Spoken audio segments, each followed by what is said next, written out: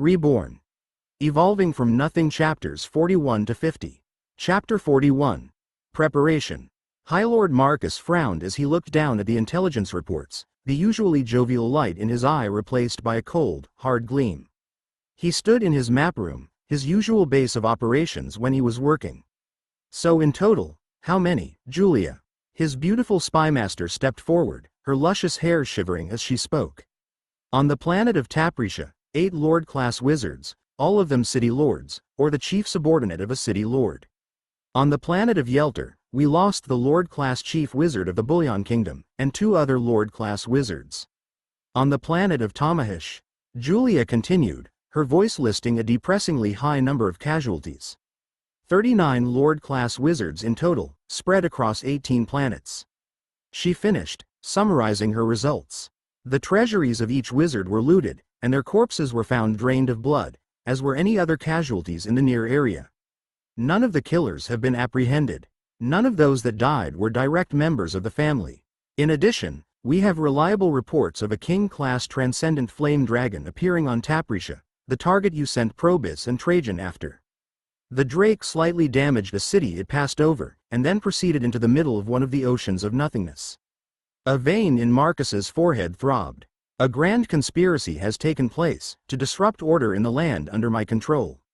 To kill so many Lord-class wizards, all at the same time. I must admire the brilliance of this adversary. His voice was deathly quiet. Yes, sir. Julia's voice was quiet, her eyes worried. The other notable piece of news is that the Shade King has sent an invitation, making overtures to meet with you. She continued. Now? Marcus took a deep breath, and then calmed down. There are no such things in life as coincidences of this nature. This is clearly related to the anomalies that have appeared. His voice was harsh, a jagged edge of anger in it. Where are the family generals right now? He queried. Julia responded promptly. Pertinax is still on one of the western border worlds, Igbo, that we share with the Caesar family. There have recently been a few clashes there and the situation is still unstable. Balbinus is somewhere in the north, still hunting down the rumors of a king-class shade stalker appearing and destroying several kingdoms. Lucilla is, well, it's Lucilla. We don't really know where she is at the moment. Marcus sighed, rubbing his eyes. He picked up a glass of wine, holding it in his hands. He was about to drink from it when he saw the glare Julia sent him. He, instead, casually raised it in front of his face to look at, as if that had been his intention the entire time. Damn it. All right, he nodded. Send the damned Shade King word that we will meet in a few weeks, delay him with something. His eyes sharpened. As for now, let the guard know I'll be going out. Dim sunlight gleamed through the shuttered windows of Dorian's inn-room as he blearily came awake, his body relaxed and rested. He stretched as he woke up, cracking his knuckles and shaking out his body. As he came awake, he looked around the room. It was still the same, standard inn-room.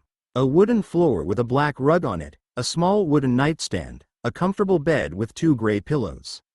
A simple, but suitable, bedroom. All right, he said aloud, getting his mind in gear. Now that he was safe and had some time to think, he began to put things in order. There were several missions he needed to complete. He needed to find out what planets were on the 2 routes he had picked out. William's soul was safe for 13 months, but that didn't mean he wanted to delay unnecessarily. He didn't know how dangerous or how much time it might take to cross those 3 or 5 planets, depending on which route he took. He'd already spent enough time getting to Tapricia and Podor City, safely. There was no telling how long it would take to make it all the way to the Ember Gorge. Dorian looked down at the spatial ring, tapping on it lightly. Instantly, a sort of mental tally of everything in it came into his mind. Not like the mental updates he received from Asra, but more like a simple feeling of knowing what was in it. Tens of thousands of gold mints, and, now that he looked, even a few of the higher-class gold shields. Several thousand mint shields, and several 10,000 mint shields. A decently large fortune. He smiled. With this much wealth, he could probably sweep through those blood magic shops he had visited earlier, and also check out the preservation shop he'd heard of to see if there was anything useful there. He nodded, putting that second on the agenda. The third and final thing for today would be to begin testing how to combine bloodlines. He'd recently grown quite a few of them to their maximum growth stage. Asra had told him he should only combine bloodlines he had a complete dataset for, which mean he needed to grow them fully before he tried to combine them. It would be a day of reconnaissance, he decided. Several hours later, Dorian found himself inside a small, local eatery, this one devoted to selling different types of fish, grown specifically for eating in special pools. A furor of worried conversation set the background, people still speculating over the death of the city lord. He looked down at the plate full of fresh grilled red-scale salmon, relishing the scent as he ignored everyone else. While he was in a human form, he might as well taste all the delicacies he could manage, he'd decided. He'd just finished sweeping through 4 different blood magic stores and was taking a brief respite for lunch before heading to his last shop, the Televal Preservation Shop. The bloodlines sold in the blood magic shops were all prohibitively expensive, but Dorian had ample funding, thanks to his recent gains. Unfortunately, the number of bloodlines at a high class were sorely lacking. Most of the shops were run by local wizards or large-scale merchant operations. That said, killing a Grandmaster class beast and storing its blood was an extremely difficult task for anyone not at the Lord class. On Taprisha, even finding Grandmaster class beasts would require you to either descend into the oceans of nothingness to search the floor, or to cross over the ocean to find other plateau islands that were left in the wild. Very few Grandmaster class beasts lived on the local world bridge. In either case, the dangers were widespread and not easy to conquer. Dorian hadn't known how expensive it was to buy even a vial of blood from a Grandmaster class beast. He'd only ever visited a single shop in a cursory manner. The prices of a Lord class beast's blood were so expensive not a single shop had any. Still, he managed to secure 2 separate Grandmaster class beast bloodlines, a giant boar snake and a Tazone rhino, and 5 Master class beast bloodlines. His collection was gradually starting to grow, and the options he had expanding even further. He decided to focus only on beasts with a higher class and bloodline, or those with unique abilities. Those with weaker bloodlines would serve little purpose in making him grow stronger. He'd also learned a bit more about the 2 routes he had available to him. The Ember Gorge was located on an exotic planet known as Magmor. The planet was an extremely odd one covered in large sweeping seas. These seas weren't normal, aquatic seas, however. They were, instead, enormous seas of molten magma and liquid fire. To reach the planet Magmor, Dorian could take the world bridge to the aquatic world of Torin, and then through 2 exotic planets, 1 lesser world, and 1 major world, before arriving at Magmor. Dorian struck this idea from his list immediately when he learned of it. Torin was located only a single world away from the planet Balar. The headquarters of the Aurelius family was located on Balar, and any world close to it was heavily watched. As of right now, Dorian absolutely wanted to avoid any encounters with any powerful groups or forces. Instead, he turned to the route with only 3 planets.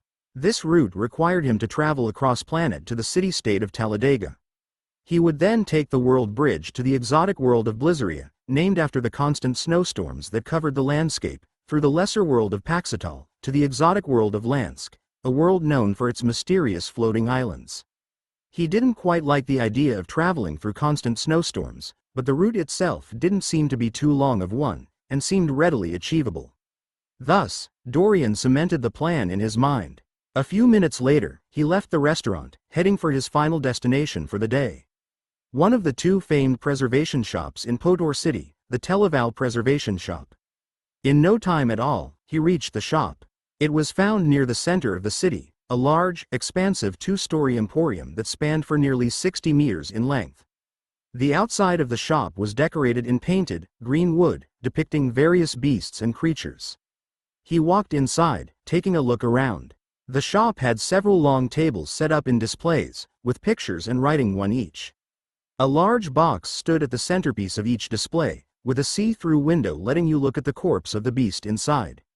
There were a few stands with labeled vials of blood on them, and other odds and ends wizards might need for certain spells or experiments.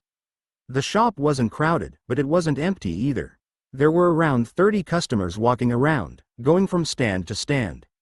There were also several intimidating-looking muscular guards, wearing gray leather armor standing at the entrance, and a pair of wizards standing off to the side, watching everything. There were 5 clerks, 3 human and 2 eth men, wondering about the shop helping various customers.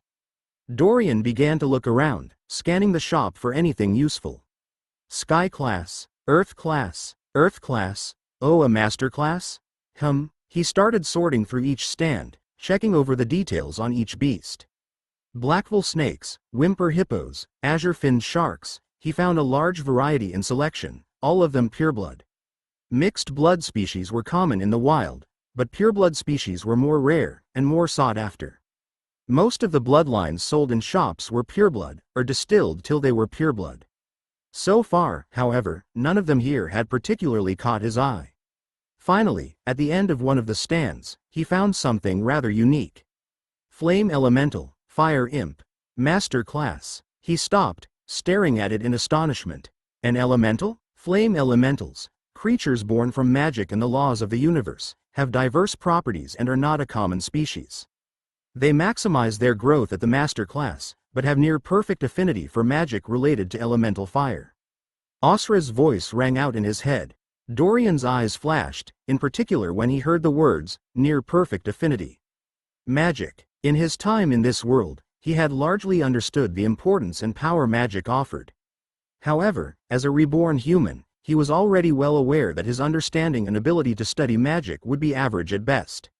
It could take years to get results in magic, and any training using it would probably be very slow. However, what if he had a form with near-perfect affinity for studying one type of magic?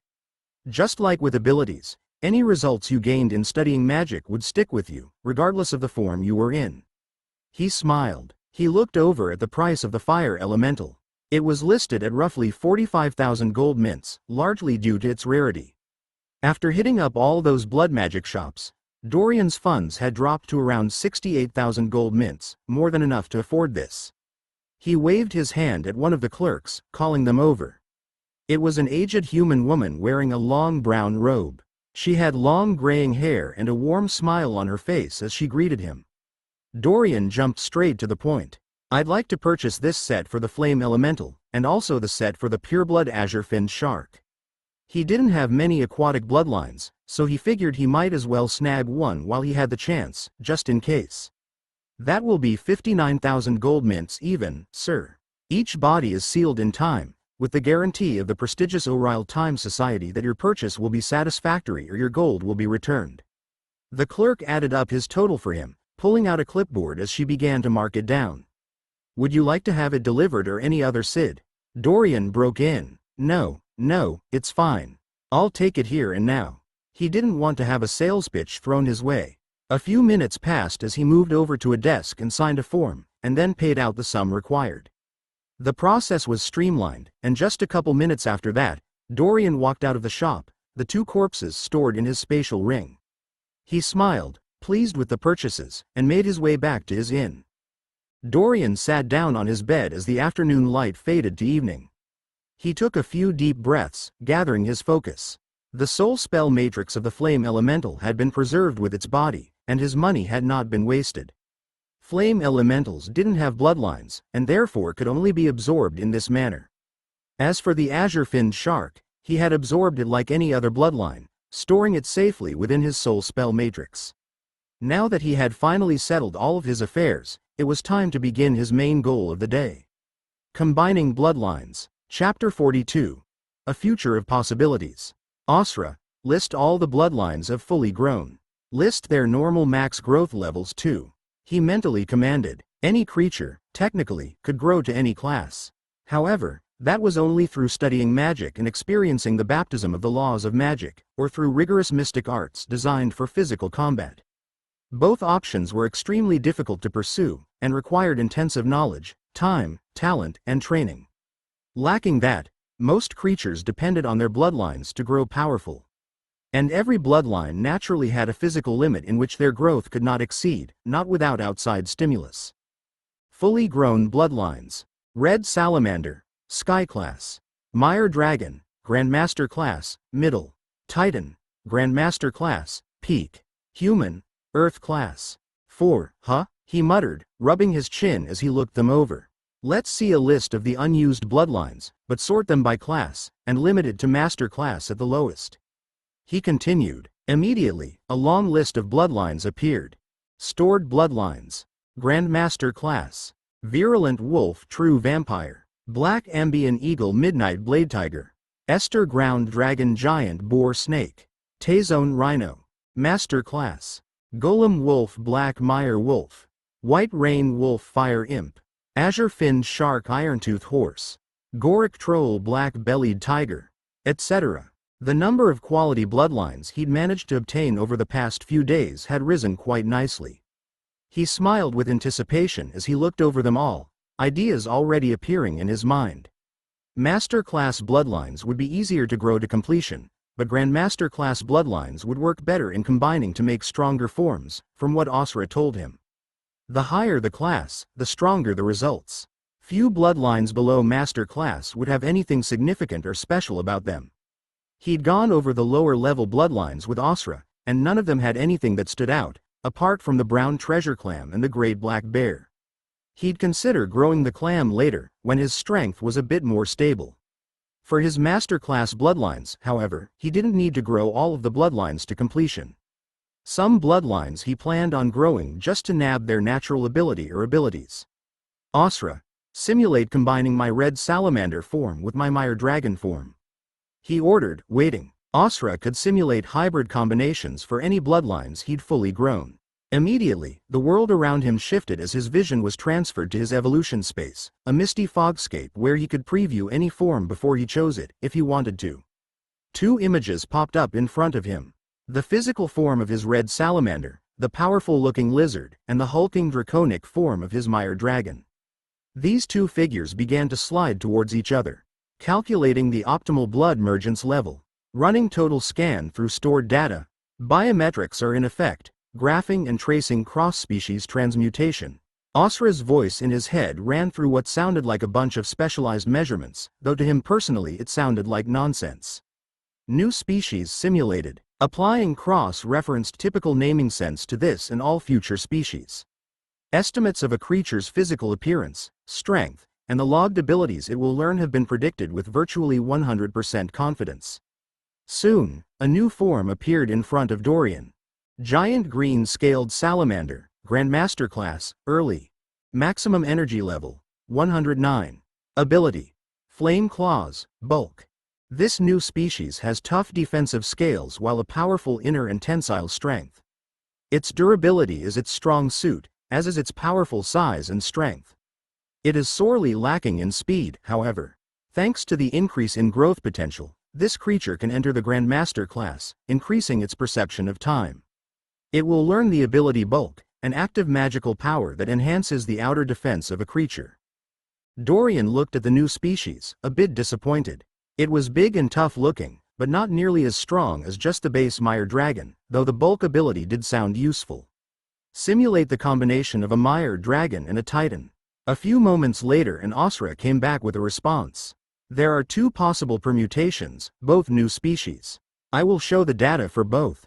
Draconian Titan, Grandmaster Class, Peak. Maximum energy level, 894. Ability. Condense, Emerald Flames. An offshoot of the Titan breed, combined with an ancient species of dragon, Draconian Titans have stronger defensive capabilities when compared to regular Titans thanks to their tough scales. Their sharp claws on their hands offer them a stronger piercing power, and their energy levels are a small amount higher. Their draconic bloodline leaves them with the powerful ability to breathe emerald flames, while maintaining the condense ability all Titans possess. Giant Mire Dragon. Pseudo-Lord Class. Maximum energy level, 1452. Ability. Emerald Flames. A previously unseen breed of mire dragon, giant mire dragons stand a towering 6.5 meters high. Their increased size folds over into a vast increase in strength and durability. The energy level of a giant mire dragon is much larger than that of a regular mire dragon. Dorian's eyes lit up. His mire dragon form transformed into a giant mire dragon that was pseudo-lord class. He knew that his normal titan form reached the pseudo-lord class when condensed, gaining a huge amount of strength. What would happen if he condensed this giant draconic form? As he considered this, he asked Asra a question. Asra, what is so special about the lord class? The lord class is a very large divide between beings of any kind. Lord-class beings are able to gather the energy of the world around them, forming an aura. To reach the Lord class, a being needs to gather a certain understanding of the natural laws of the universe, allowing their soul to reach new peaks. Asra continued, beasts with Lord-class bloodlines are exceedingly rare because for one to naturally grow into the Lord class, one needs to be born with an innate connection to the laws of the universe. Any blow from a creature containing the natural laws of the universe will be exceedingly powerful. That said, even if one has an innate connection to the laws of the universe, that is no guarantee that you will reach the Lord class. The soul spell matrix you have can allow you to evolve your physical form, but manipulating the laws of the universe will require your own personal understanding. Dorian frowned. It seemed it was possible he could reach the Lord class, at least in terms of his soul spell matrix, but if he wanted to effectively use that level of power, he'd need to gain an understanding of the laws of the universe. Is it possible to match up to attacks using the laws of the universe using just physical strength? He asked, rubbing his chin. He had little faith in his chances at understanding the laws of the universe. It was possible he might be a natural at it, especially if he could find a bloodline with an innate connection to the laws, but still. Asra was quiet for a moment. Technically, it should be possible, yes. Enough physical strength could completely overwhelm even king-class beasts using the laws of the universe in their blows, though I have no record of any creature with such unrelenting physical prowess. Asra replied, almost hesitating. Dorian smiled. If that was the case, he had no worries. All he needed to do was focus on getting stronger and stronger. He considered testing what humans could combine with before scrapping it. No offense to humans, he thought, shaking his head, but their bloodline is kinda trash. The fact that they were able to pull themselves up to be the dominant species in the 30,000 worlds just speaks of their incredible determination and ingenuity. I need to grow more bloodlines. Dorian felt an overwhelming urge to grow more and more bloodlines, to create more and more new species. He saw a path for himself right now, to true power. He would create a being so physically powerful even other creatures that used the laws of the universe to attack him would be unable to scratch him. His eyes shined at the mere thought. He would have the power, then, to live by the morals and rules he chose to live by, without fear. And anyone that stood in his way. His eyes flashed darkly. Dorian took a brief moment to look over the current growth energy he had stored in his soul. Human. Growth stage. 2 halves, human adult. Growth progress 3229 over 0. 3229. He thought, nodding his head. It was enough to evolve a beast, at the least, to the sky class. Asra, evolve me into a great black bear. Since he had the time, right now, the first thing he would do was start racking up useful abilities. The great black bear bloodline he had stolen from one of Mello's clones had the ability Great Strength. Ability. Great Strength. Description. A widespread ability found in a variety of beasts. Actively boosts the physical strength output a being can expend by a moderate, but significant, amount through the mystic laws of the universe. Uses a low amount of energy, and can be passively activated for beings at the Grandmaster class or higher. For those below the Grandmaster class, it can be activated at will. The reason he'd been hellbent on getting the bloodline of those bears was due to their ability. Specifically, the fact that it could be passively activated. Once a being entered the Grandmaster class, the rate at which they would restore energy to themselves was much faster than, say, a Sky-class beast or Earth-class beast. A passive ability like this was absolutely one he wanted to add to his repertoire. Great Black Bear. Growth stage, 1/3, Bear Cub. Growth progress 3229/40. Dorian's body began to shift, his human form condensing upon itself downward. Black fur began to cover his skin as he shrank in size, falling to a mere 1/3 of a meter in height. His human hands were replaced with small, adorable bear claws, his human nose turned into a short bear snout. The spatial ring he had received from the now-dead vampire wizard Ralph was a special one that would adapt to its user's finger size. That, apparently, included beasts too, he noted, as he stared at the small ring that gleamed on one of the tiny claws on his right hand. If nothing else, he was a fashionable bear cub. He smiled. The bear's bloodline maximized its strength at the Sky class. It was only natural that its growth stages would require a pittance of energy. He would probably be able to fully evolve it and gain its natural ability all in a single night. After evolving, your soul requires a short period of time to adapt to a new form. Your soul is currently at the Grandmaster class stage. Therefore, you will require roughly 6 hours for your body to fully adapt to this form. The stronger your soul, the less the adaptation period. Asra's voice appeared in his head, predictably. Dorian nodded. He then waddled over to his bed and hopped on it, snuggling up in the blankets. A future of possibilities was just now opening up to Dorian, and he was ready to greet them. But first, he would sleep. He needed to wear off the 6-hour adaptation period, anyway, and doing so in private was his best bet. Tomorrow, he would go out into the wilds of Taprisha and test out his giant mire dragon form. Testing it inside a room in an inn seemed rather inadvisable. Soon, the light snores of a bear cub softly rang out from Dorian's room as the evening quickly turned to night. Chapter 43. The Overbull Canyon. On a world very far from Taprisha, a roughly 60 meters tall lion, with a beautiful mane that flowed with golden light stood, its head raised forward. The lion had deep, blue eyes that were full of depth, a faint color emanating from within them. Its fur was luxurious, faint sparkles of white light flowing from it. A majestic air of dominance and power rolled after this fantastic beast in devastating waves, distorting the air itself. This lion currently stood upon what had once been a large mountain peak. A flat, even surface was all that remained, the top of the roughly 3,000 meters tall mountain long since hewn off, many years prior. "Why do you think we are alive?" A deep, enthralling voice rang out from the divine golden lion, causing the air to shiver. Another damaged peak, its top portion sliced off to mirror the peak the lion was upon, stood opposite the first. Around these two peaks was a large, empty desert, covered in drifting sands. A massive beast, extremely vast in scale, lay upon this mountain, staring at the lion. Its body was huge, thousands upon thousands of meters long, wrapping around the mountain several times. It was shaped like a vast, enormous snake, with a white, scaled underbelly, but golden fur covering its upper half. A pair of large, feathered white wings emerged prominently from the top portion of its long body, currently pulled in tightly. The mouth and face of this creature were a pale white and draconic in nature. This was a beast long forgotten from this world, a heavenly Quetzalcoatl, or heavenly feathered serpent as it was known.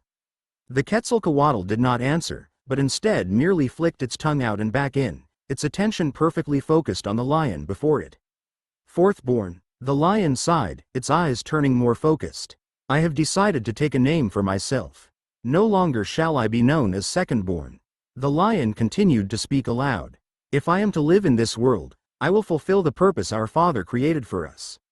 I will become the perfect being, not for Father, but by my own will, to reach the culmination of existence, to achieve the unknown."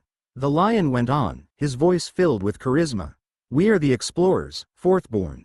The ones who will take the steps that lead all of existence forward, to bring forth perfection which has never been seen before, ushering in the new era of reality in which the impossible is possible."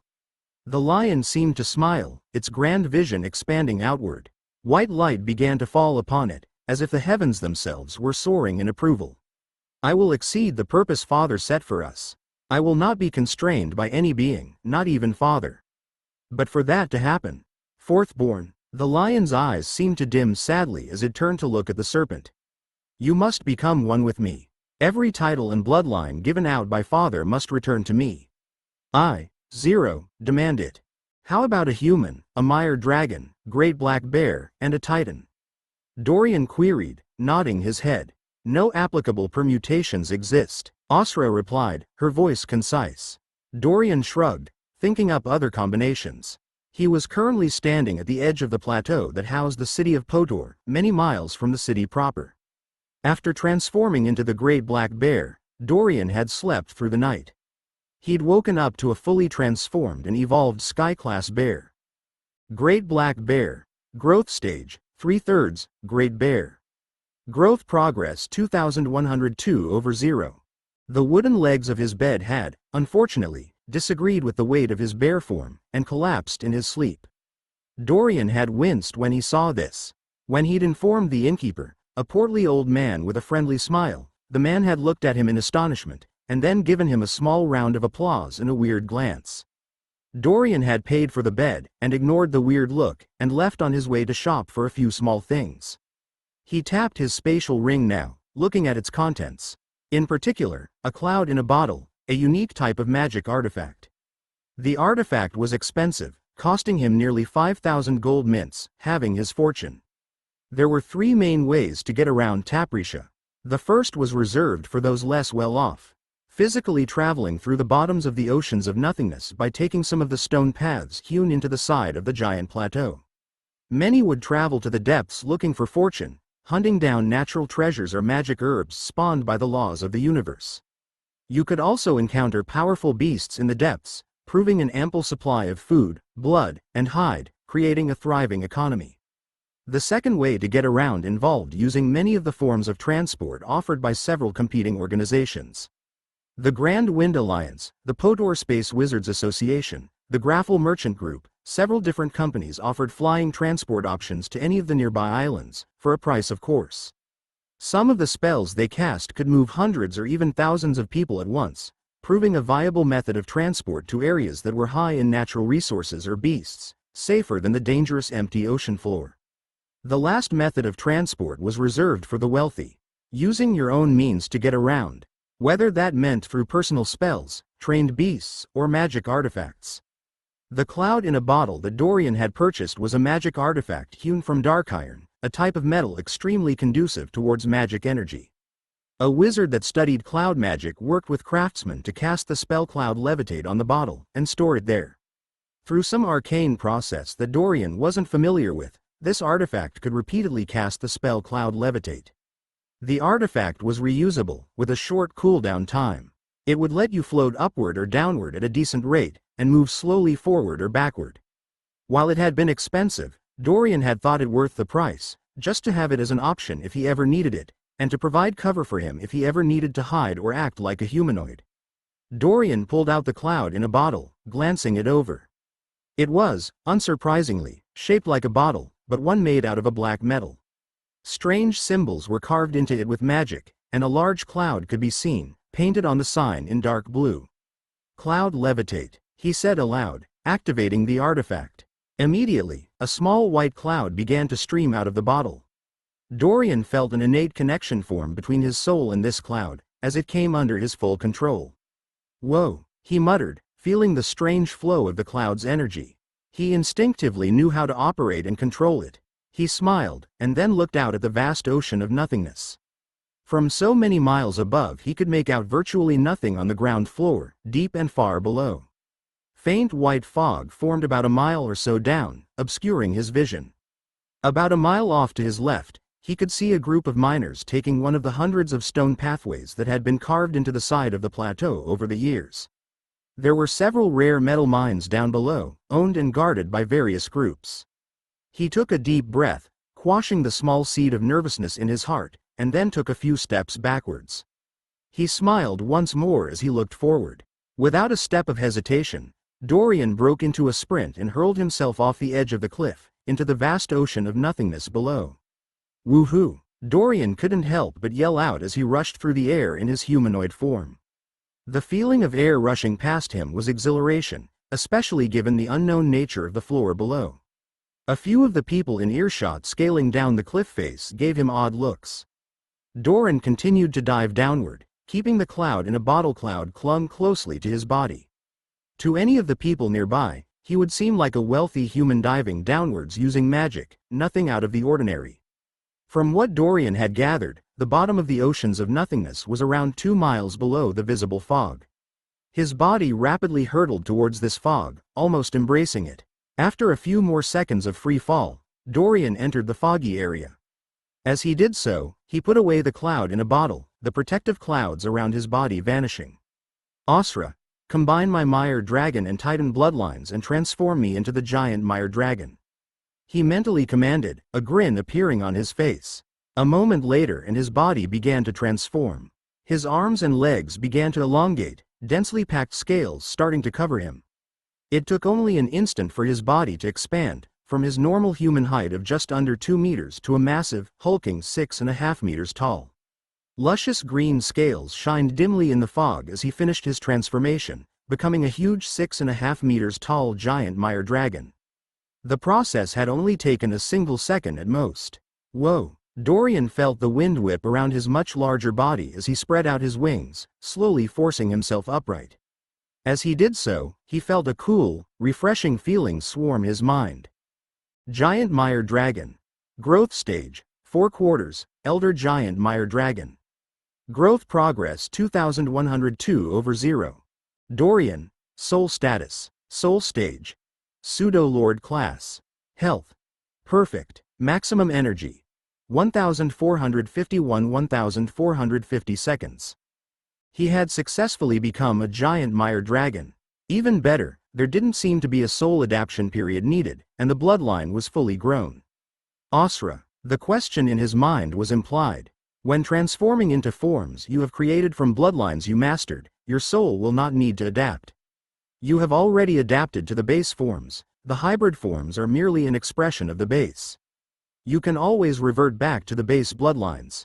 Her answer was succinct. Dorian soared forward, the wind rushing behind him as he managed a steady gliding speed. He felt himself be drawn forward, floating out into the unknown. Well, it wasn't quite the unknown anymore. Dorian called up a mental image of a map he'd purchased and subsequently memorized.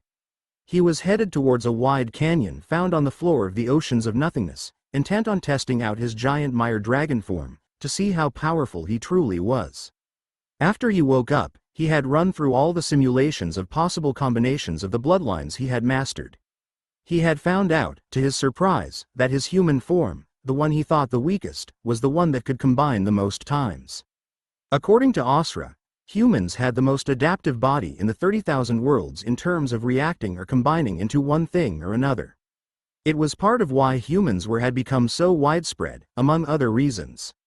There weren't any surprise abilities or particularly powerful forms among any of the other combinations he tried. With the addition of his great black bear, he was able to create a scaled black bear, a giant black bear, and a black bearman, but none of those forms stood out. All of them were limited to the sky class, with the exception of the giant black bear which just barely reached the master class. He'd tried combining more than 2 bloodlines, and found that it was possible, but none of the bloodlines he had right now created anything interesting. Only his human form could merge with 2 of his other bloodlines, and even then, he only managed to create weak Earth-class forms.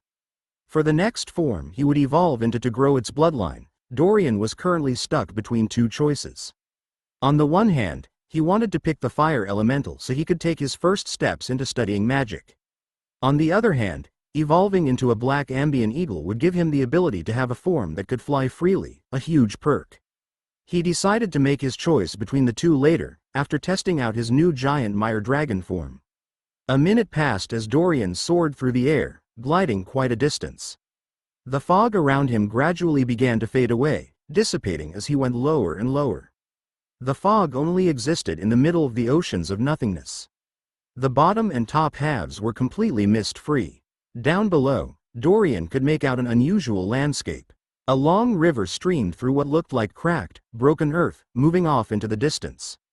Tens of thousands of odd, gray trees with pale leaves dotted the earthen floor, giving the land an odd appearance. Several hundred huge, jutting mountains could be seen, off in front of him on his left. They were shaped like hexagonal cylinders, shooting off from the ground several hundred meters in the air. He saw the forms of several different types of beasts moving through the forest or on the collection of jutting mountains. It seemed that, despite the danger, the ground floor of the oceans of nothingness was quite populated. He craned his neck backward, looking to his rear.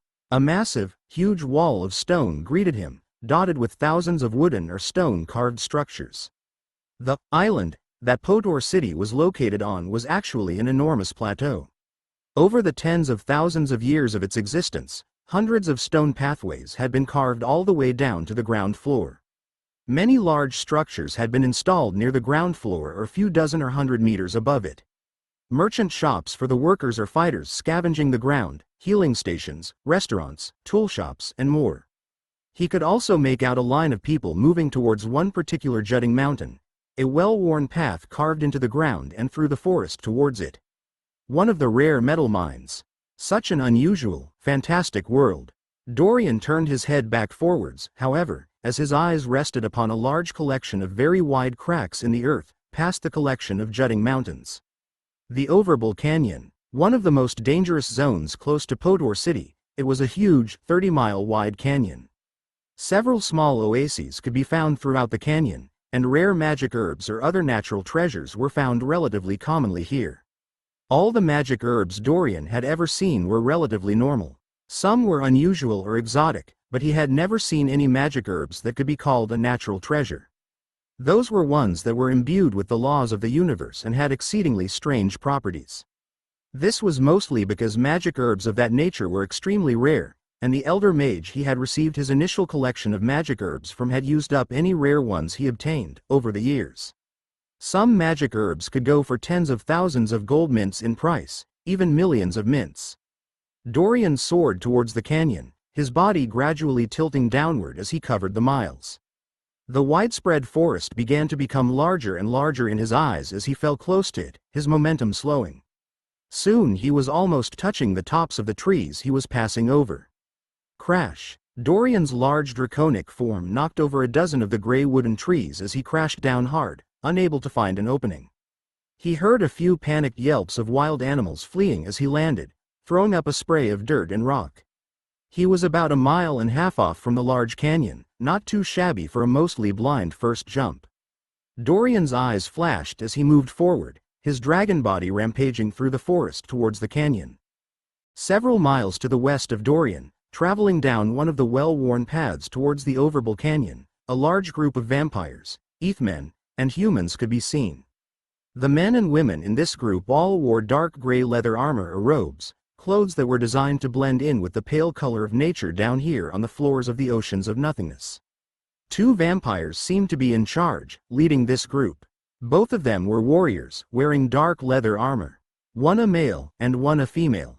The man had the usual elegant appearance most vampires had, the only thing marring it was his clearly many times broken nose. The female vampire had several long, curled scars tugging at her lips, her dark black hair wrapped in a tight bun. Who do you think killed the city lord, Rathven? Which of the palace owners do you think will take control? None of them are fully lord class yet. The woman asked, scanning the surroundings as she moved forward. Her voice was filled with an undercurrent of worry. The male warrior shrugged. It's not for us hunters to judge or decide. All we need to do is search for that golden fruit that supposedly appeared. The man's eyes tightened as he looked off to the east, where the sounds of a large beast crashing through the forest could faintly be heard.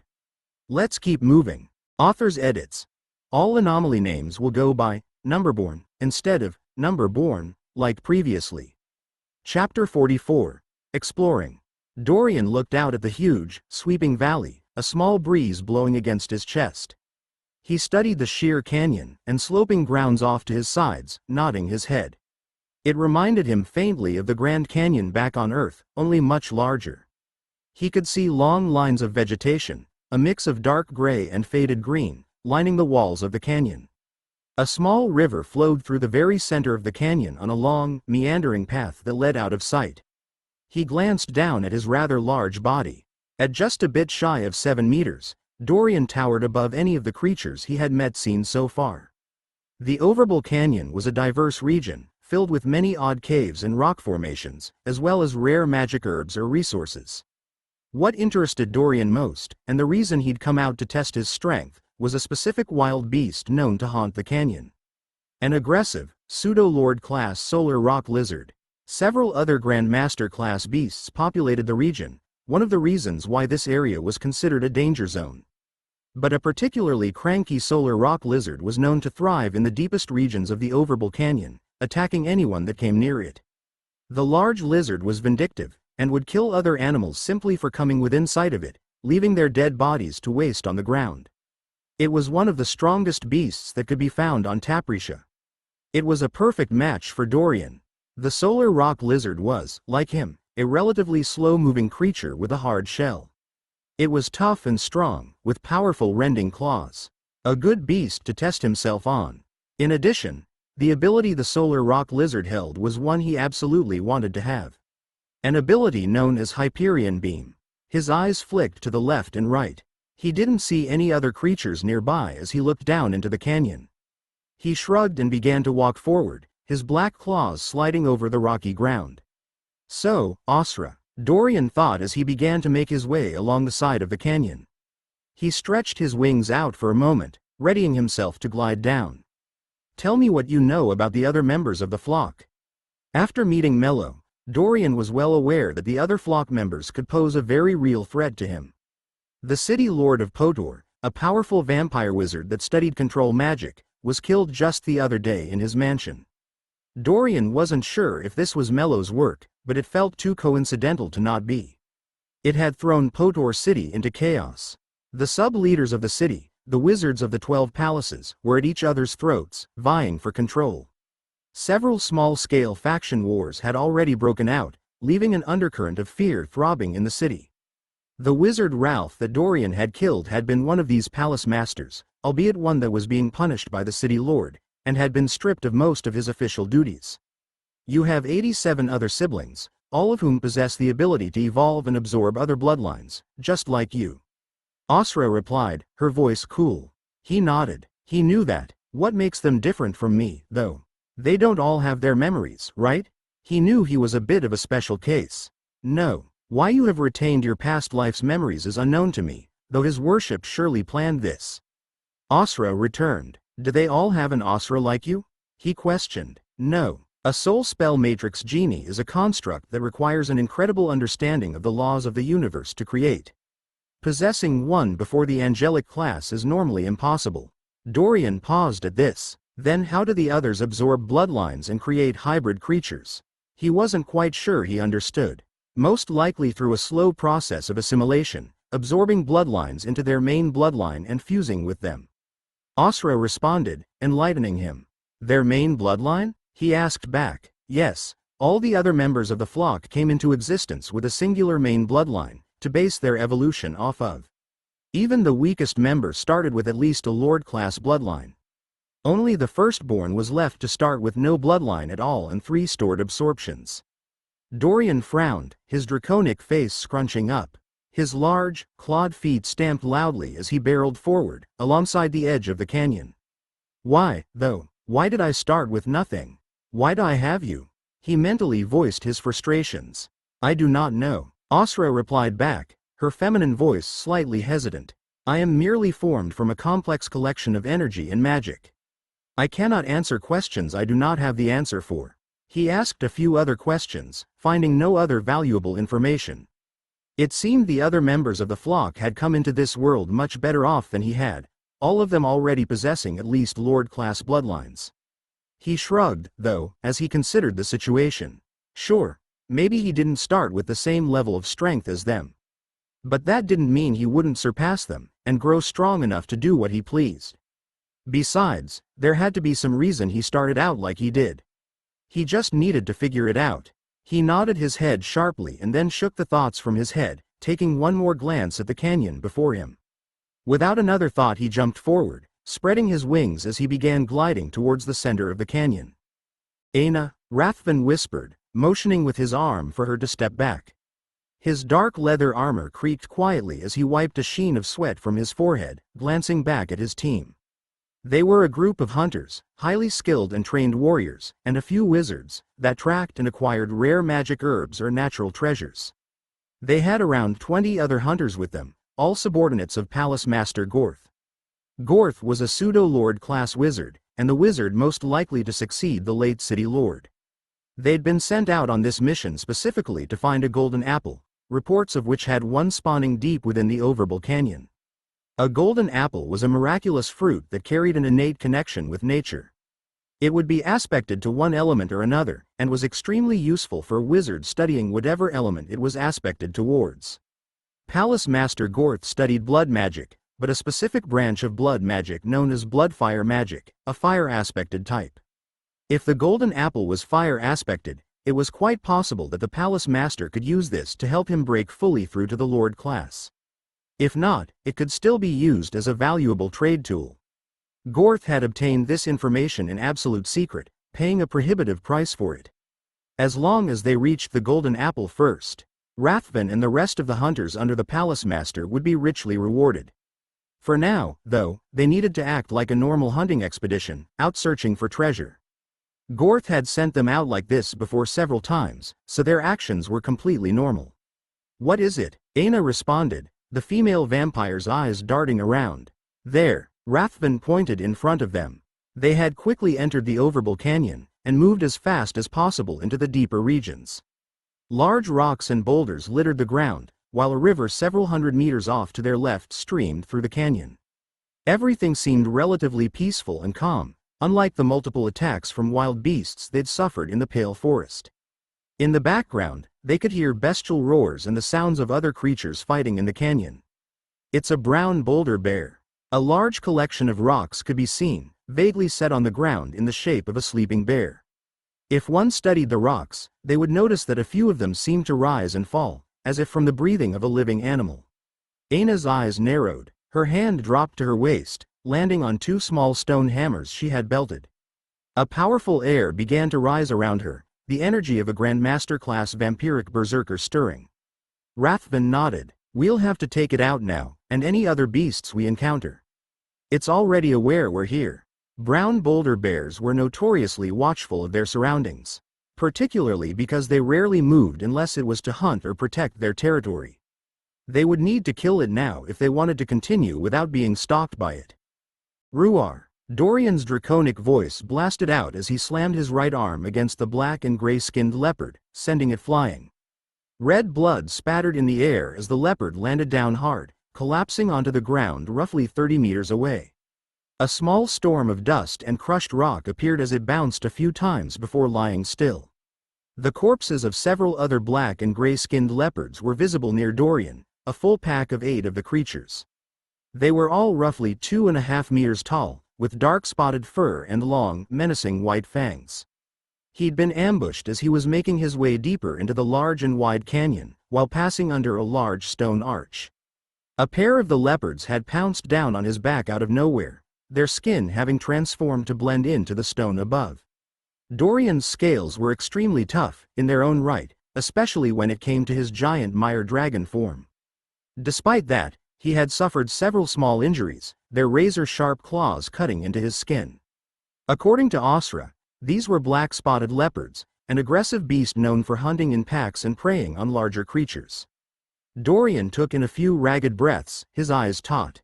Absorbing detected bloodlines. Bloodline origins: 83% black-spotted leopard, 11% white-maned lion, 4% black mantle leopard, 2% various undetermined bloodlines too small to currently measure.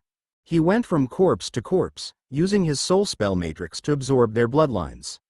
The leopards had certainly been pretty brave, he noted, in attacking him. They were only master-class beasts, though, admittedly, it was hard to tell if a creature was a master-class or grandmaster-class without attacking and finding out. The black mantle leopard has the ability external camouflage. Osra quickly scanned through the absorbed bloodlines.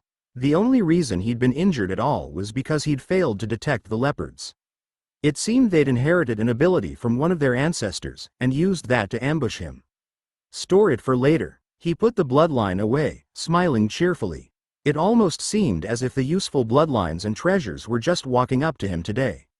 A camouflage ability sounded like it could be very useful. He shook out his scales, turning to head deeper into the canyon. As he was about to keep moving forward, he heard something that caught his attention.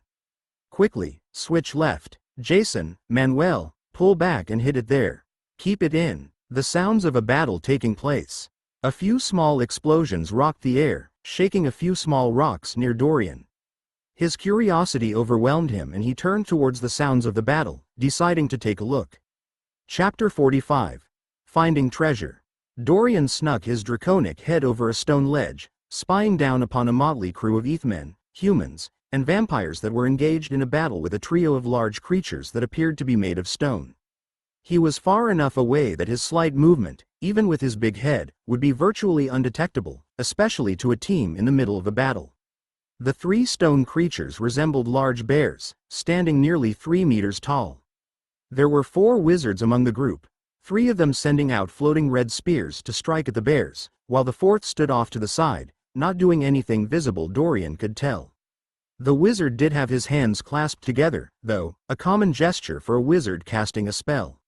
Brown boulder bears. Master class ranking beasts that have no abilities, but a tough exterior that resembles stone. Asra sounded off in his head, informative as usual. Dorian took a moment to think. Should I go help? He took another moment to look over the data for the bloodline. The defensive strength of his giant Mire dragon scales definitely needed a boost, considering those master-class leopards had managed to injure him, albeit lightly. Whoosh! Boom! A shockwave rang through the air as a female vampire wearing black leather armor swung a small, stone hammer forward, connecting with the side of one of the towering bears. The bear was knocked backwards through the air, sailing over a few of the other fighters. Several large cracks were revealed on its rocky exterior as it stumbled up, charging back toward the fray. He saw another male vampire pull out a long spear out of nowhere, thrashing another one of the bears with ease. Each time his spear collided with the bear, cracks appeared on its rocky exterior and the bear was knocked backwards. They seem like they have the situation under control. He shrugged. Master-class beasts were not exactly common, but he was sure he'd be able to find other brown boulder bears if he truly wanted to. Not my business. He turned around and left. Wrap it up, guys. Rathven bellowed out, his chest heaving. He wiped a sheen of sweat off his forehead, looking down at the corpse of the brown boulder bear. He, a Grandmaster-class hunter, only barely managed to break through the bear's tough exterior. For a master-class beast they were ridiculously difficult to kill. Dolan, gather up all the blood and store it. We'll have to leave the bodies, and it's not like they're worth much anyway. The meat might be worth something, but with the state they'd left the bodies in, not even a Lord-class wizard studying necromantic magic would be interested in them. The bones would be far too large to transport. Yes, sir, one of the 4 wizards among his troop said, an eager sky-class wizard that specialized in blood magic, like most vampires.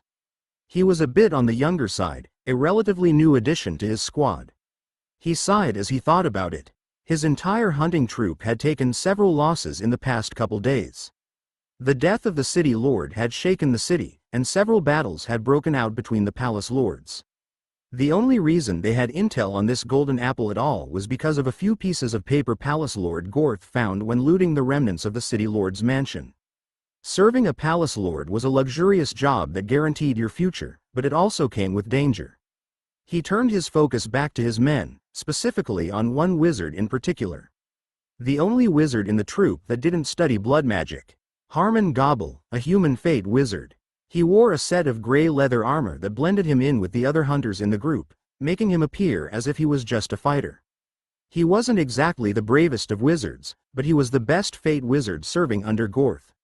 All right, Harmon. He nodded at the slightly overweight, blonde-haired man. He pulled out a small, glowing crystal from his spatial pouch. It was an artifact created to the specifications Palace Master Gorth had given them, called a resonance crystal. According to him, this would send out a wave of energy that would resonate with the golden apple. It had a wide search radius of more than 10,000 meters. It was also extremely expensive, and could only be used once. In addition, anyone relatively near the resonance crystal would feel the location of the golden apple just as strongly as the person holding the crystal would. It was a flaw that couldn't be resolved. The crystal needed the range in order to successfully find the natural treasure. Despite the downsides, this was the only realistic way they would find the golden apple. Natural treasures emitted practically no aura unless you stood right up next to them, and Gorth didn't know exactly where the fruit was, only that it existed in the deeper region of the Overbull Canyon. Do a check on the surroundings before we go, he ordered. The resonance created by the crystal was obscure, and few beasts would even be able to comprehend it. Only those at the master class or above had a chance. Cast fate for any master class wild beasts or stronger. Be specific, search for exactly what I said. Also, do a scan for any humanoids at the master class or stronger. Fate was a difficult thing to scan, he was well aware. Master class wild beasts or stronger, humanoids at the master class or stronger, got it. Harmon nodded, his hands clasping together nervously. A layer of sweat covered the wizard despite the fact that he did literally nothing in the last combat. A few moments passed. White light began to shine from Harmon's eyes, magic energy swirling about. The light gradually faded, and Harmon's eyes returned to normal. These were the last of them, Sir Rathven. His voice was respectful despite them both technically holding the same rank under Gorth. At least the man was respectful, though his cravenness still made Rathven look down on the Fate Wizard. There are no wild beasts or humanoids at the master class or higher in the A area, he said with a semblance of confidence. His scan of Fate had turned up surprisingly clear results. Rathven nodded, pleased. They'd been forced to clear out the brown boulder bears they'd found, but so far those were the only challenging beasts they'd faced.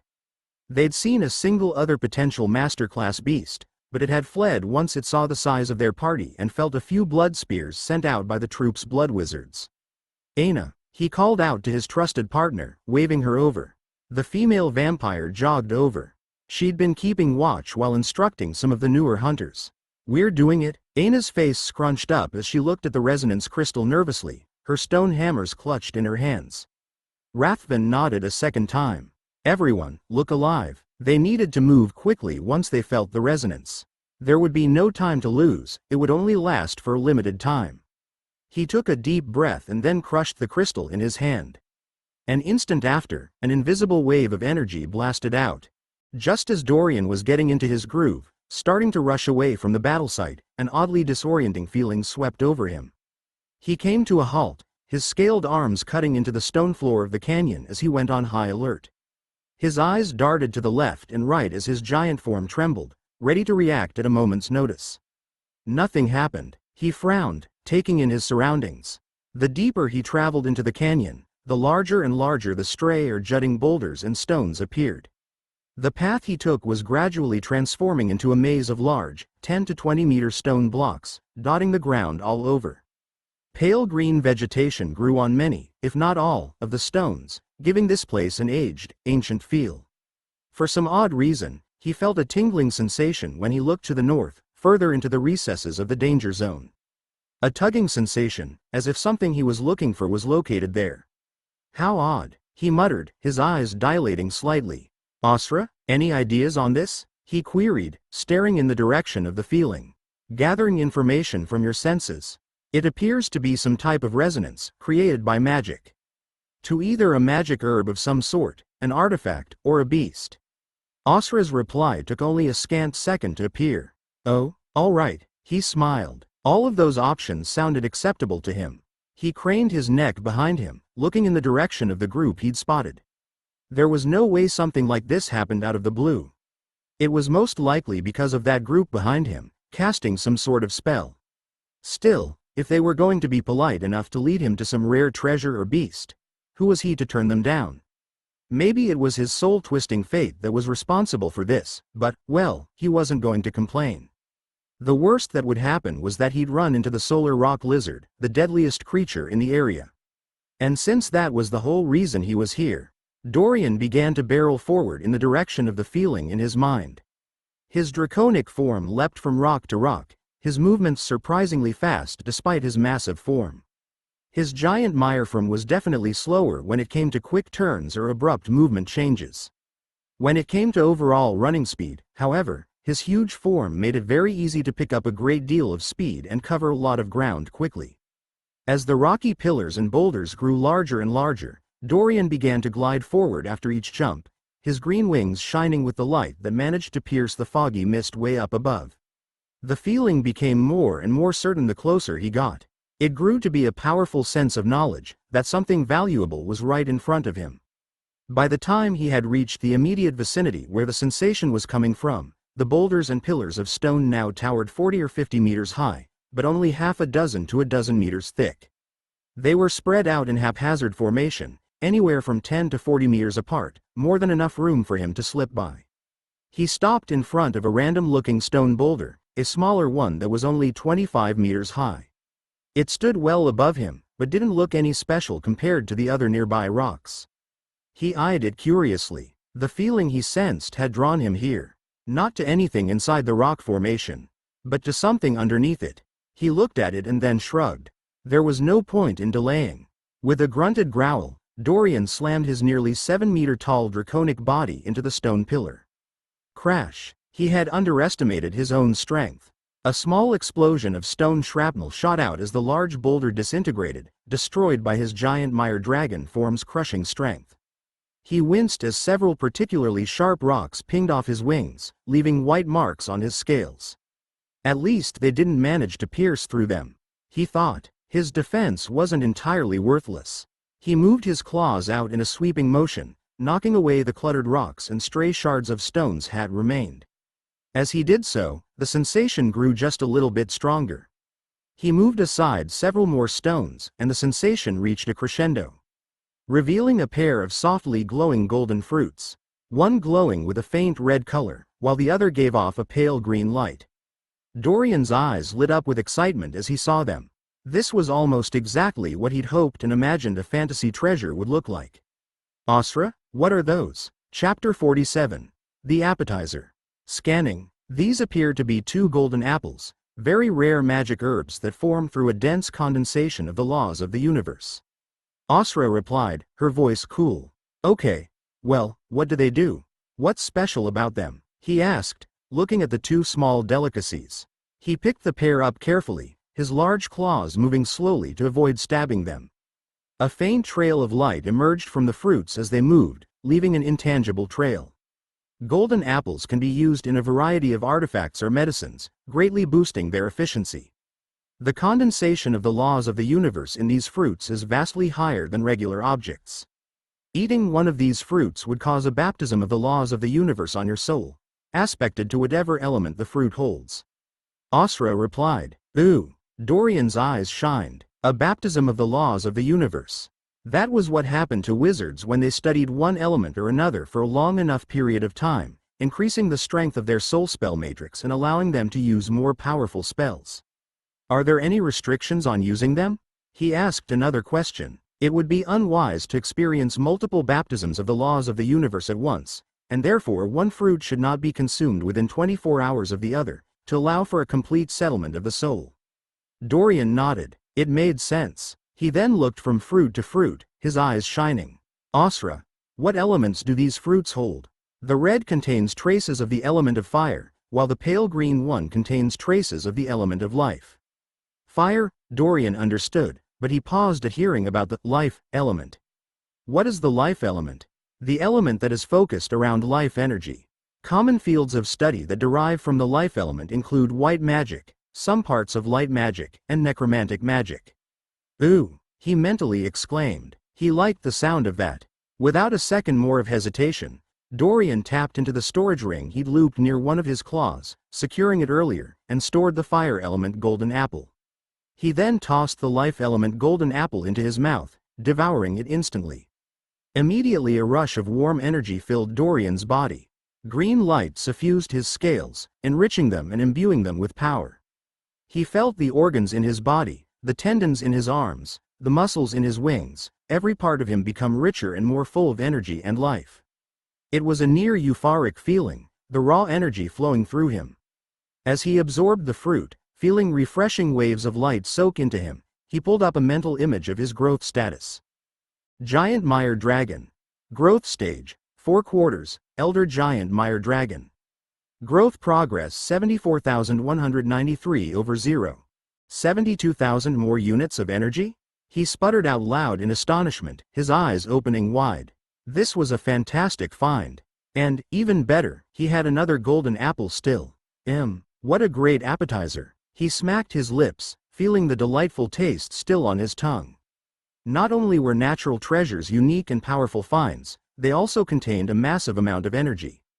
For most people, almost all of this energy was wasted and would dissipate from the fruit upon using it, leaving only the natural laws imbued within it. Dorian's body was unique in that it let him trap the energy, making full use of it. The cool, comfortable energy remained within him, continuing to refresh his body over and over. He stretched out his scales, his arms and legs shivering. It was such an incredibly pleasant experience. Just as he was in the midst of this enjoyment, he noticed a group of motley figures approaching in the distance. It should be right around he. Is that a dragon? Aina's voice rang out, full of a mix of shock and surprise. There was also an eager undertone of anticipation. The female vampire warrior kept her voice relatively low as she spoke, not wanting to alert the beast before them. Rathven and the rest of his hunters had immediately set out following the trail of the energy resonance after he broke the crystal. They had raced through the Overbull Canyon, not running into any other beasts or creatures thankfully. The golden apple had been set only a few thousand meters away, closer than expected. As the group arrived, however, they saw a hulking almost 7 meters tall green-scaled monstrosity, currently standing exactly where the resonating feeling had arisen from. They came to an abrupt halt roughly 100 meters away, not daring to advance. Shit, is it a draconic tribe member? Rathven's face went pale before he shook his head, tossing the thought. The draconic tribes were very self-contained within their own territory. Further, the Aurelius family territory was located on nearly the opposite side of the universe when compared to the many worlds controlled by the draconic tribes. Harmon, his eyes spat daggers as he turned to stare at the fate wizard among the troop. Harmon's body shook as he held his hands up, stepping backwards. I don't know what it is, Sir Rathven. I checked fate, it said there were no wild beasts or humanoids at the master class or stronger. Sweat dripped down the man's face as he spoke, a trace of fear in his voice. Rathven took a deep breath and then steeled himself, clenching his fists. We need to take it out if we want to get the natural treasure. It's standing right on top of it, Aina whispered to Rathven, her voice shaking with excitement. He glared at her askance. Aina had always wanted to fight a dragon, having grown up reading tales of powerful vampire queens slaying dragons with a wave of their hands. It's a dragon, Aina. A dragon. He frowned, feeling a headache coming on. Aina was usually the careful one of the two of them. Aina ignored him, turning to the shaking fate wizard. Harmon, you're good at calculating, right? If we go in now, what are our chances against it? It's clearly not Lord Class. Her voice carried an almost obsessive edge. Dragons were a very uncommon sight on Taprisha, or any of the nearby planets, apart from some types of ground dragons. Harmon clasped his hands together, white light glowing from his eyes. Before he could respond, however, Rathven interjected. If we do go in, I will go in first and draw its attention with my Hell Lance. Then the blood wizards are to send out screening fire to keep it distracted, while Aina will go in to connect with its jaw for the kill. Everyone else will spread out and approach the beast, not getting too close. He came up with a plan in an instant, his long years of experience as a hunter showing their worth. The various hunters in the group nodded, several of them drawing their swords or various weapons as they looked towards the beast. They needed to secure the natural treasure, and it seemed the only way to it was through this dragon. Harmon, what do you have? Rathven turned his attention to the Fate Wizard. Fate casts an interesting tale. I'm coming up with only a bit more than 30% chances of success with this plan. Rathven frowned and then turned to look at the giant, towering behemoth. It's a lot better odds than I expected. Aina, what do you? All right, let's do this. AINNASILLLLLVERROOCK. Aina's yell burst through the air as she charged at the dragon, her stone hammers shimmering as she dashed forward. A brave, heroic aura surrounded her, making her seem like a warrior from legend. Rathven's jaw dropped. Oh my god, she just ran in. His eyes widened, and he dashed forward, yelling out commands. Stick to the plan. Stick to the plan. Blood wizards, cast your spells. Warriors spread out. Move, move. Dorian watched the small female vampire charge at him, her body blurring forward with each step. Small cracks appeared on the ground as she blasted towards him, reminding him of that titan that he had absorbed. Looks like I did take the treasure they were looking for, he thought, shrugging guiltily. Well, first come, first serve, right? He didn't let the thought bother him. No treasure belonged to anyone unless it was already in their hands.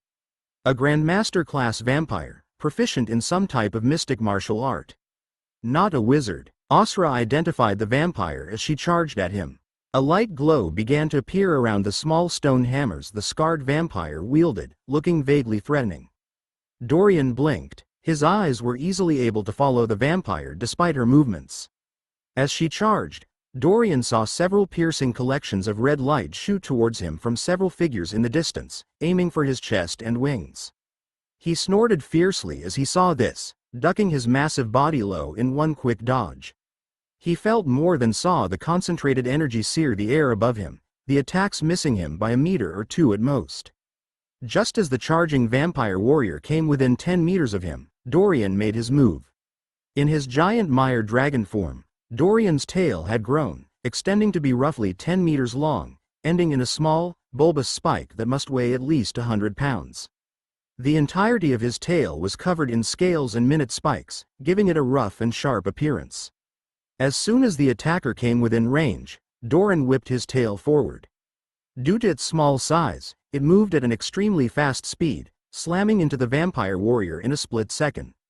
Despite the surprise nature of his attack, the woman managed to raise her stone hammers up and stop the tail from slamming directly into her body.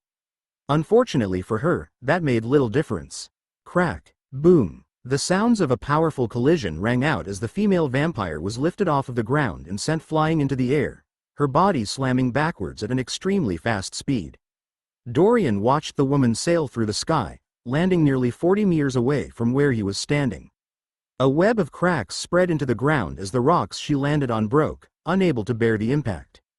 Dorian gave her an admiring nod as she struggled to her feet, covered in dozens of small injuries. The female warrior stood up wobbly, as if she was about to fall. She must have broken dozens of bones in that impact alone, he thought, glancing at her. Vampires had very powerful regenerative properties, but for her to be alive after that, these mystic martial arts seemed like they would be quite useful. He decided he'd look into them later. From the direction the female vampire had charged at him, he saw several other people running towards him and stumbling to a halt. A few of them broke off, running to check on the vampire he had knocked away. The rest simply stared at him, not daring to move forward. The wizards that had sent out those searing blasts stopped, their hands trembling as they began to pull back. "Goddammit, Aina," Rathven swore as he ran over to her, motioning for the hunters to retreat. "Everyone, it's gotta be pseudo-lord class. Fall back now." He scooped up the tottering Aina in his grasp, mentally berating himself. Between the Grandmaster class and the pseudo-lord was a very significant wall of sheer physical strength and energy. This was a bad miscalculation on his part. Even if they had stuck to his plan, they still would have failed. He'd thought the only pseudo-lord class beast in the local area was that solar rock lizard. For another one to appear randomly, he cursed his luck. As this thought was running through his head, a loud, echoing roar shook the center of the canyon, carrying a heavy, deathly undertone. R-O-A-R. Rathven closed his eyes for a brief second, marveling at the sheer unfairness and backluck he had. He recognized the sound of that roar. It seemed the world truly wanted him to die today. "Everyone, fall back as fast as possible." We drew the attention of the solar rock lizard. Dorian turned his head away from the crew of humanoids, his eyes alighting on a huge, scaled lizard that was standing on top of one of the large stone pillars, about 1,000 meters away. He smiled. The main course had arrived. Chapter 48. The main course. Ruar. A second, louder roar ripped through the air, filled with power and might. Dorian couldn't help but shiver slightly as he heard it, the sheer hostility in it intimidating. Dark, almost pitch-black scales covered the giant lizard, giving off an almost metallic glint. It stood just a bit shorter than Dorian at around 5.5 meters, its beady golden eyes glaring at him.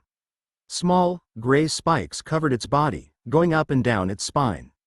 Instead of strong, rippling muscles, it had a sinewy, lean body, with long claws that ended in a sheer edge. "Osra," Dorian mentally noted, a frown appearing on his face. "I thought this was supposed to be a bulky lizard, like me?" His tongue flicked out as his eyes met the lizard's, tension building. "This appears to be a pseudo-lord class solar rock lizard that has undergone some type of mutation. Without a blood sample, I am unable to accurately judge what exactly."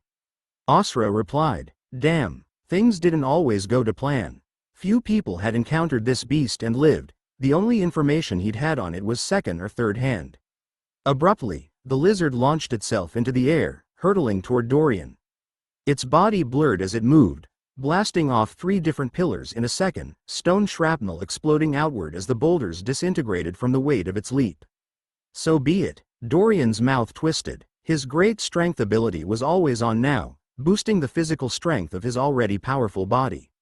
The lizard slammed down on a stone boulder only a few dozen meters away from Dorian, twisting to launch directly towards him.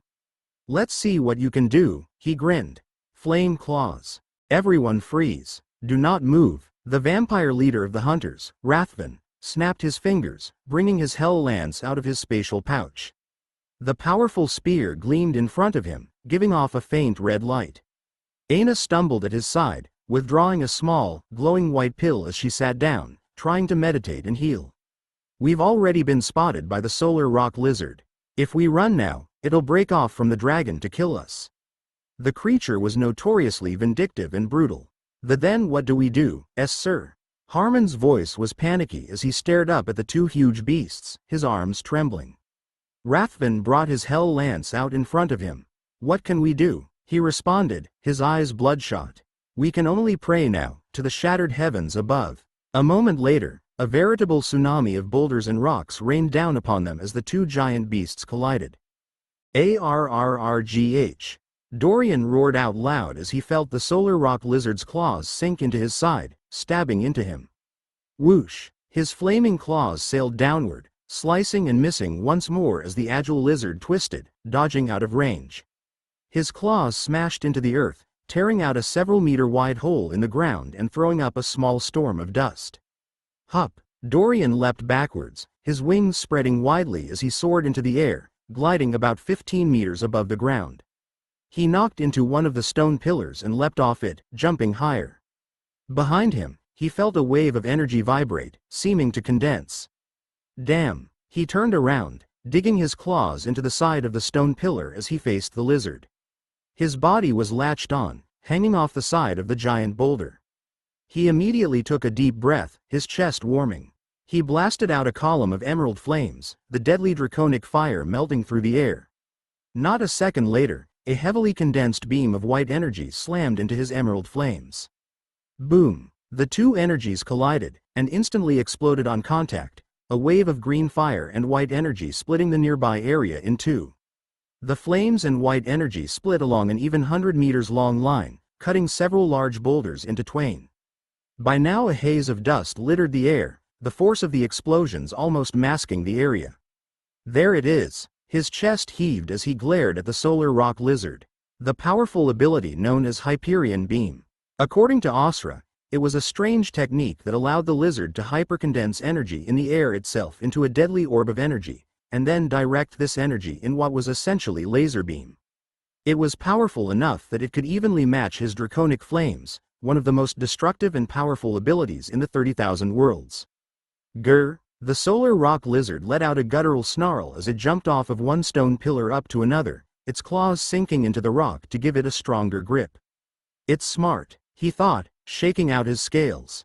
This was proving to be a tougher challenge than he'd thought. All of a sudden, something unexpected happened.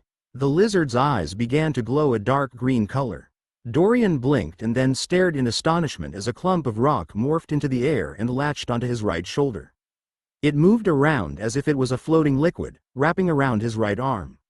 The instant it landed, it solidified, transforming back into solid rock. He snarled as he raised his left arm, ripping the stone chunks off of him.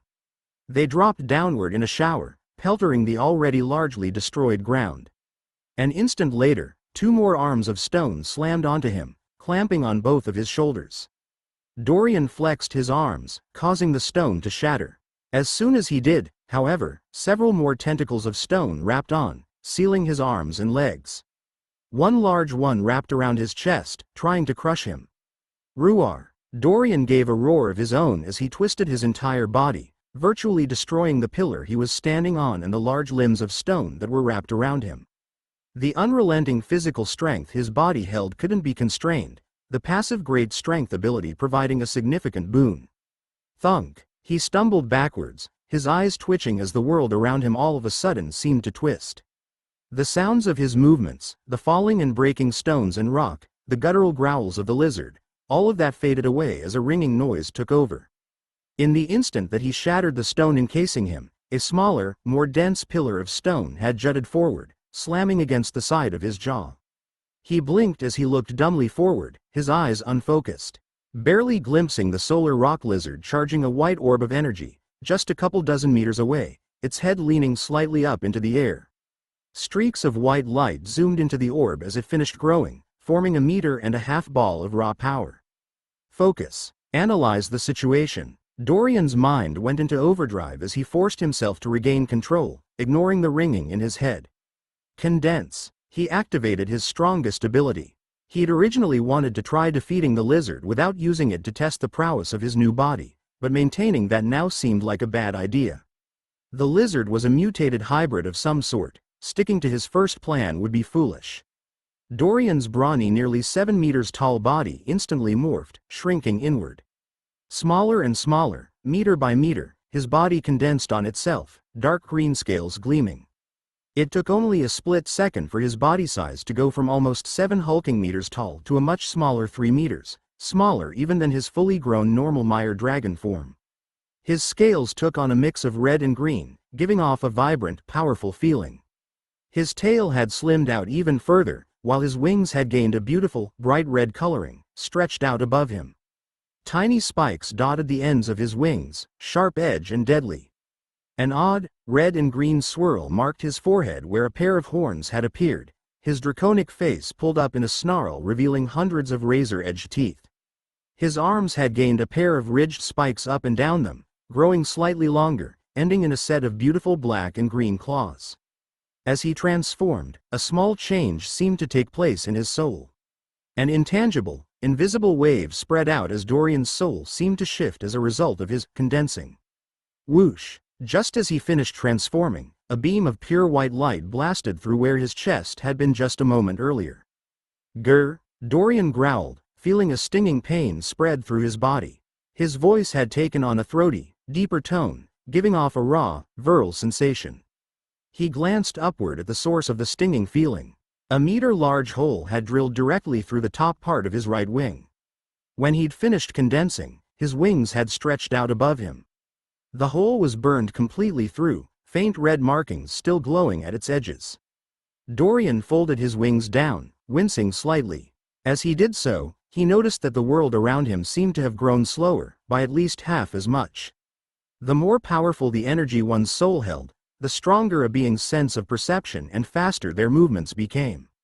The previously hard-to-track movements of the mutated solar rock lizard were now made clear to Dorian as it dashed frantically toward him in a zigzag fashion, its mouth lunging for his neck. Dorian flexed his body. Raw, physical strength flowed through him, far stronger than anything he had ever experienced in his life. He felt incredibly solid, as if nothing in existence could move him. He glanced at the hulking lizard that was crashing towards him. Just as its mouth was a meter away from connecting with his neck, his right arm transformed into a blur whipping up and then down. Boom! His arm slammed into the neck of the lizard and knocked the brute of a creature downwards, instantly canceling its momentum. The entire body of the creature sank half a meter into the earth, a small crater of cracks expanding.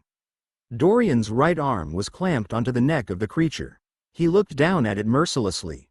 Snip! Without a second of hesitation, he sliced the head off the lizard, killing it instantly.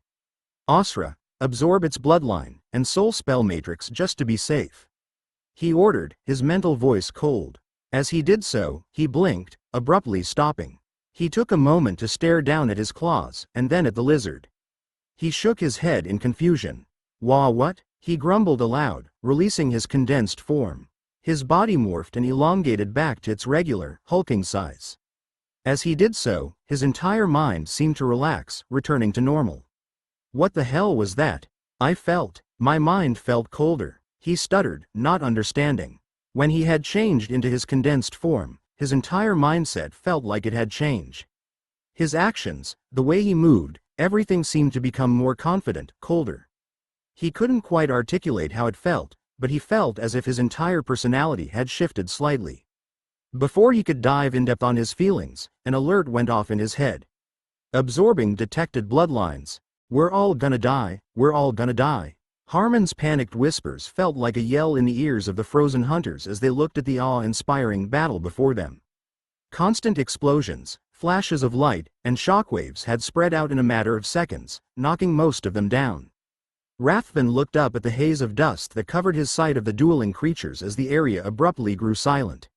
The battle before him was one that far surpassed anything he was capable of, even as a Grandmaster-class hunter. His eyes couldn't even fully track the movements of the solar rock lizard. What the hell are they? Thousands of miles away, at a spot far deeper into the oceans of nothingness, a gargantuan valley could be seen. This valley was made up of pure, black bedrock, scarred and cut by tens of thousands of formless slashes, created by the windstorms that swept through the area randomly. Hundreds of miles of rock could be seen, all slipping downward in an almost endless hole. This hole stretched for thousands of miles. If one were to travel down this hole, bright light would gradually start to emerge from the very bottom, shining upward. This light glowed a pale yellow color and gave off an incredible sense of heat. As one went deeper and deeper, this light grew bright and brighter. Soon deep white flames would begin to appear, incinerating even the air itself, burning purely off magic energy. The walls of this hole were seared completely smooth, not a hint of a gap or hole. These white flames gradually began to form together the deeper one got, creating a massive, swirling pale ocean of fire. The burning core of the world of Taprisha. A giant orb of pure, white flames that rotated at a slow pace, spanning more than 100 miles. In the midst of this sea of ever-burning flame, a pair of dark, orange orbs could be seen. Oh, I do sense a feeling I know. Mellow again? A troublesome fellow. No, it seems different. A brother that's new. I must share the news of perfection that is true. For even the brightest fire and blaze cannot burn alone. Perhaps you'll share wisdom that I find ever unknown. Chapter 49. The Spoils. Absorbing detected bloodlines. 76% solar rock lizard. 14% unidentified energy. Traces of earth elemental power. 8% heavy-scaled lizard. 2% unidentified bloodlines. Dorian ignored the alert for a moment as he raised one of his clawed arms to his head. Asra, what was that? When I entered my condensed form, it felt like my entire mindset changed slightly. He asked, raising the question. He felt at his soul, feeling the cocoon that held William's soul flare next to his, unchanged. Based on the data I have, it is impossible for me to give a perfect answer. Your soul is abnormal, Asra replied, unhelpfully. Okay, then give me your best guess. He returned, taking a glance down at the corpse of the solar rock lizard. The stinging pain in his wings began to fade as they slowly started to regenerate. The warm energy he'd taken in from that golden fruit seemed to swarm on his injured wing in particular, speeding up the healing process. Your soul is abnormal, Asra repeated, and then continued, when you enter your condensed state, the power of your body greatly increases, as does the power of your soul. This has allowed you to touch upon the doorstep of Lord Class. However, you have yet to comprehend the laws of the universe, at least not enough to officially enter Lord Class. The process of comprehending hardens your soul, making it stronger and tougher. Powerful enough to endure manipulating the laws of the universe to form an aura. Despite that, you are forcefully increasing the strength of your body and soul. Therefore, your soul has started to undergo its own hardening and solidification, separate from the normal process. He blinked. Do other anomalies experience the same thing? No. They were born with souls sealed anew, washed clean from their past memories and experiences, alongside containing innate Lord or King class bloodlines. The absolute perfect state of being for comprehending the laws of the universe. By now, most of them will have gained their own understanding of the laws of the universe, a process that, if they kept their previous memories, would normally take decades. Dorian sighed. It felt like he was constantly behind in terms of strength when compared to the other members of the flock. He didn't care that they started stronger than him, but he wanted to have enough power to survive on his own. Fine, whatever, he shrugged. It was what it was. He would deal with it. Instead, he turned his focus to the bloodline origins of the lizard he'd just absorbed. What? He glanced at one particular point, confused. Unidentified energy? Traces of earth elemental power? What is this, Asra? Approximately 14% of the bloodline within the lizard is composed of a parasitic energy source laced with earth elemental power. Asra replied, parasitic? In general, explain what this means. He responded, taking in all possibilities, there is a 98% that this solar rock lizard devoured a natural treasure similar to the golden apples you found, but one aspected for the earth element. Because the lizard does not have a unique soul spell matrix that is able to break down the fruit and transfer certain aspects of its energy, its body began to mutate. This mutation allowed it to quickly reach the peak of the Grandmaster class and step into the Pseudo-Lord class. However, as a result, its mind warped, and it became unreasonably aggressive, defensive of the natural treasure's point of origin. The natural treasure it found was probably related to the 2 golden apples you discovered.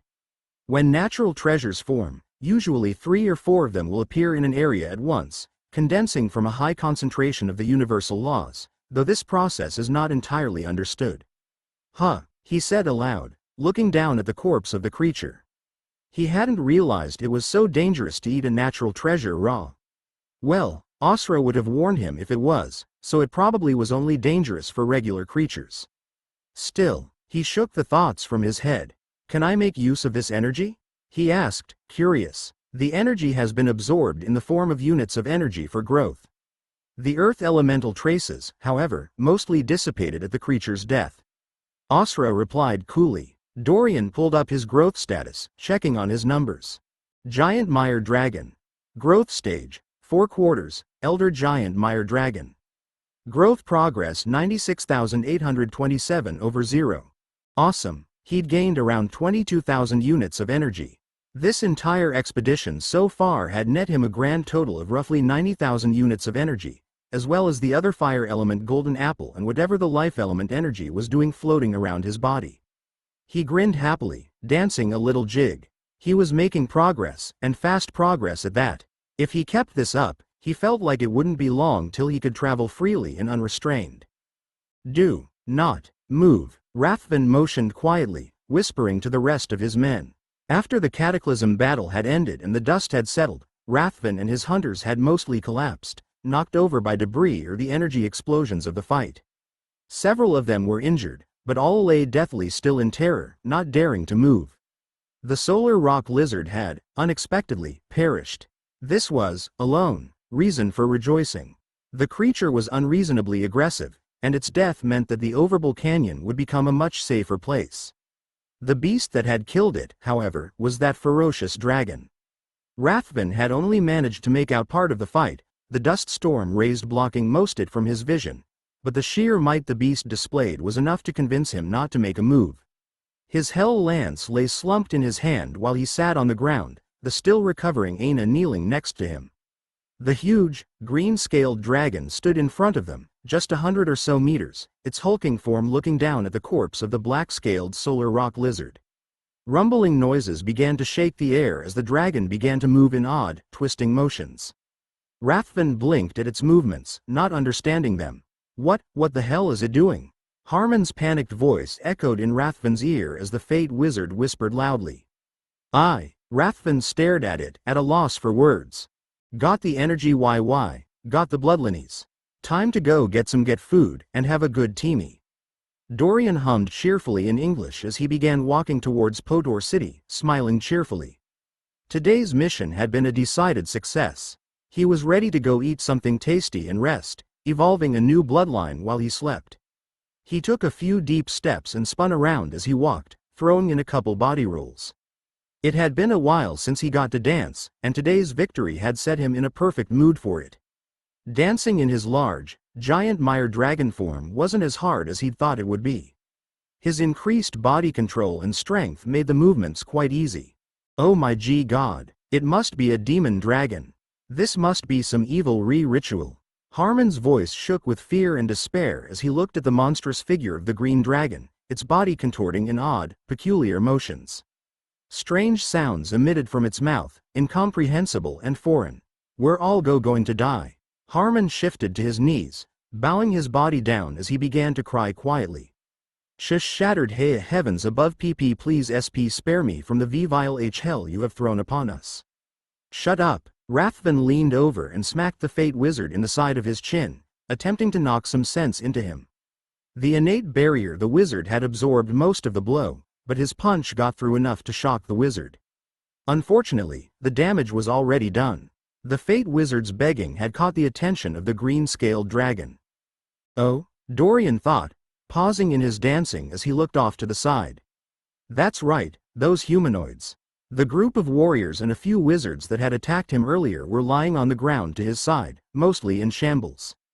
Several of them were clearly badly injured, and the group as a whole looked pretty sad. Dorian bared his teeth at them.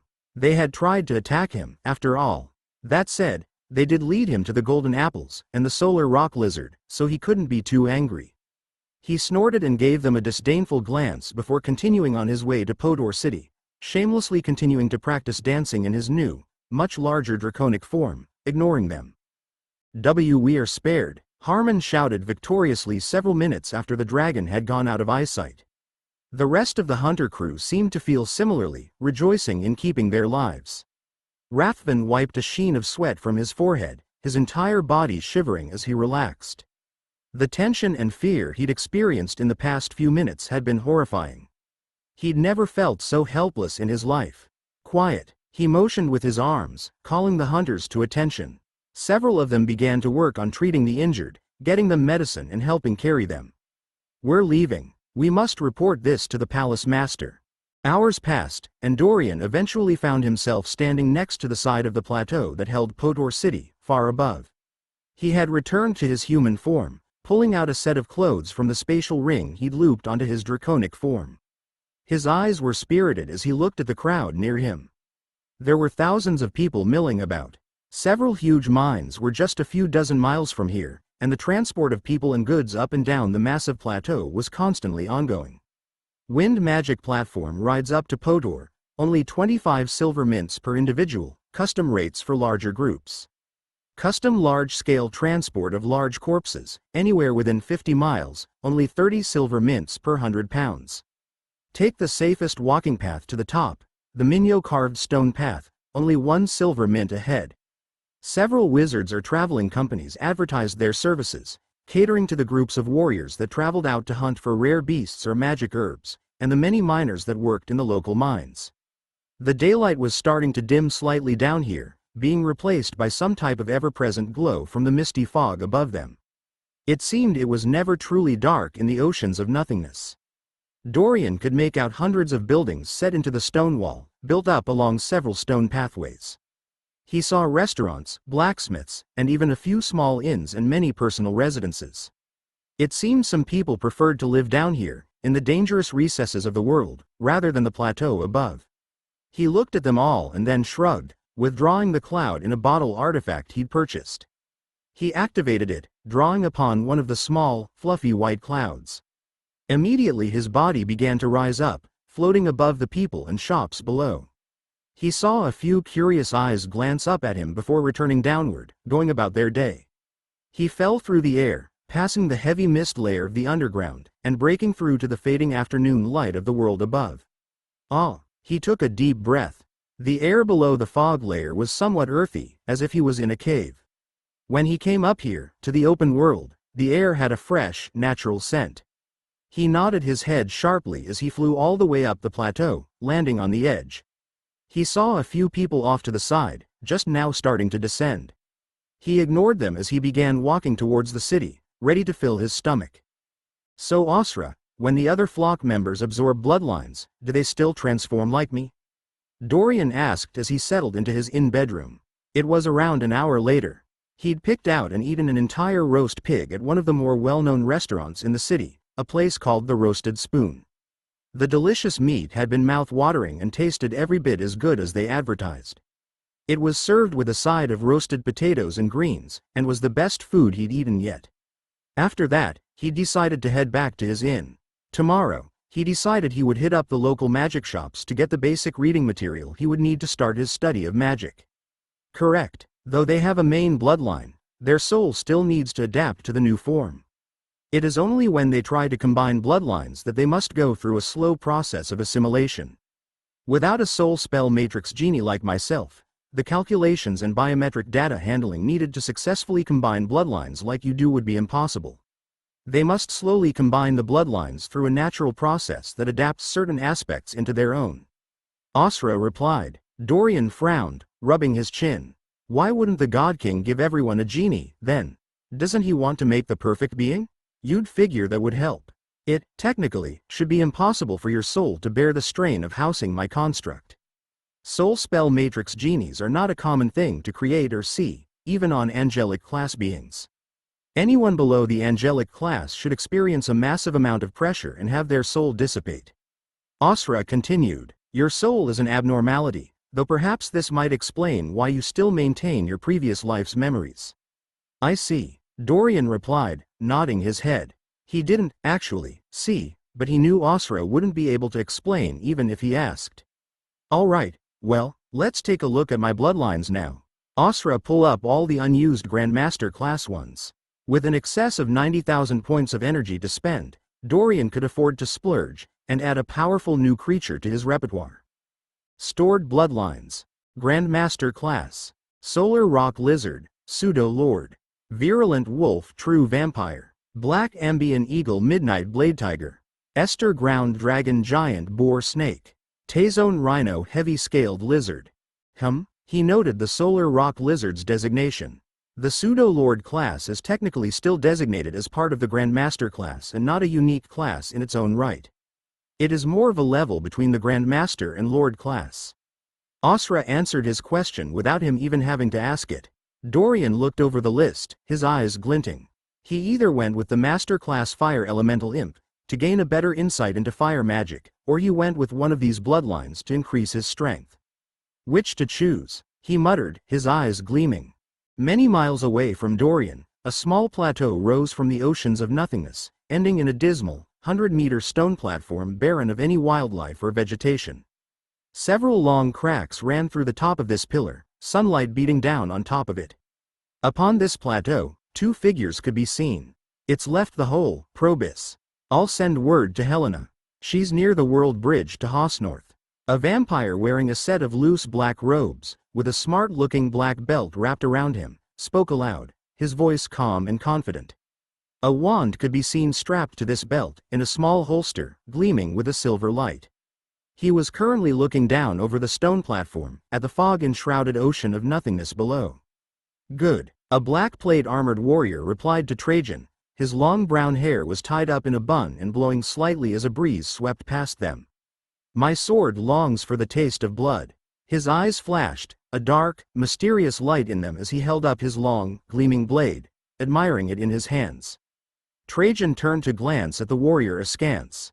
What? How can your sword long for the taste of blood? It's just a sword. Probus looked up from his blade to stare at the wizard as Trajan continued. Is your sword a vampire too, You could call yourself the vampire swordmaster with a vampire sword. Got a nice ring to it. It's a metaphor, Trajan. Probus glared at him. You just said it because it sounds good, admit it. Trajan responded by giving him a cheeky grin. Probus returned back to looking at his sword lovingly as he hooked it onto his back. He then began scanning the sky, as if looking for something. I think I've got you figured out, Probus. That's what you get, foe. Trajan cut himself off, the grin wiping from his face as he glared at his fellow vampire. What are you doing right now, Probus? I'm just standing here. Is that against family law now? The vampire warrior continued to look around the sky, his eyes darting to and fro.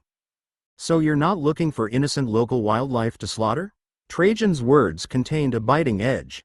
Probus paused, his eyes wavering for a split second. No, of course not. Good, because Trajan began.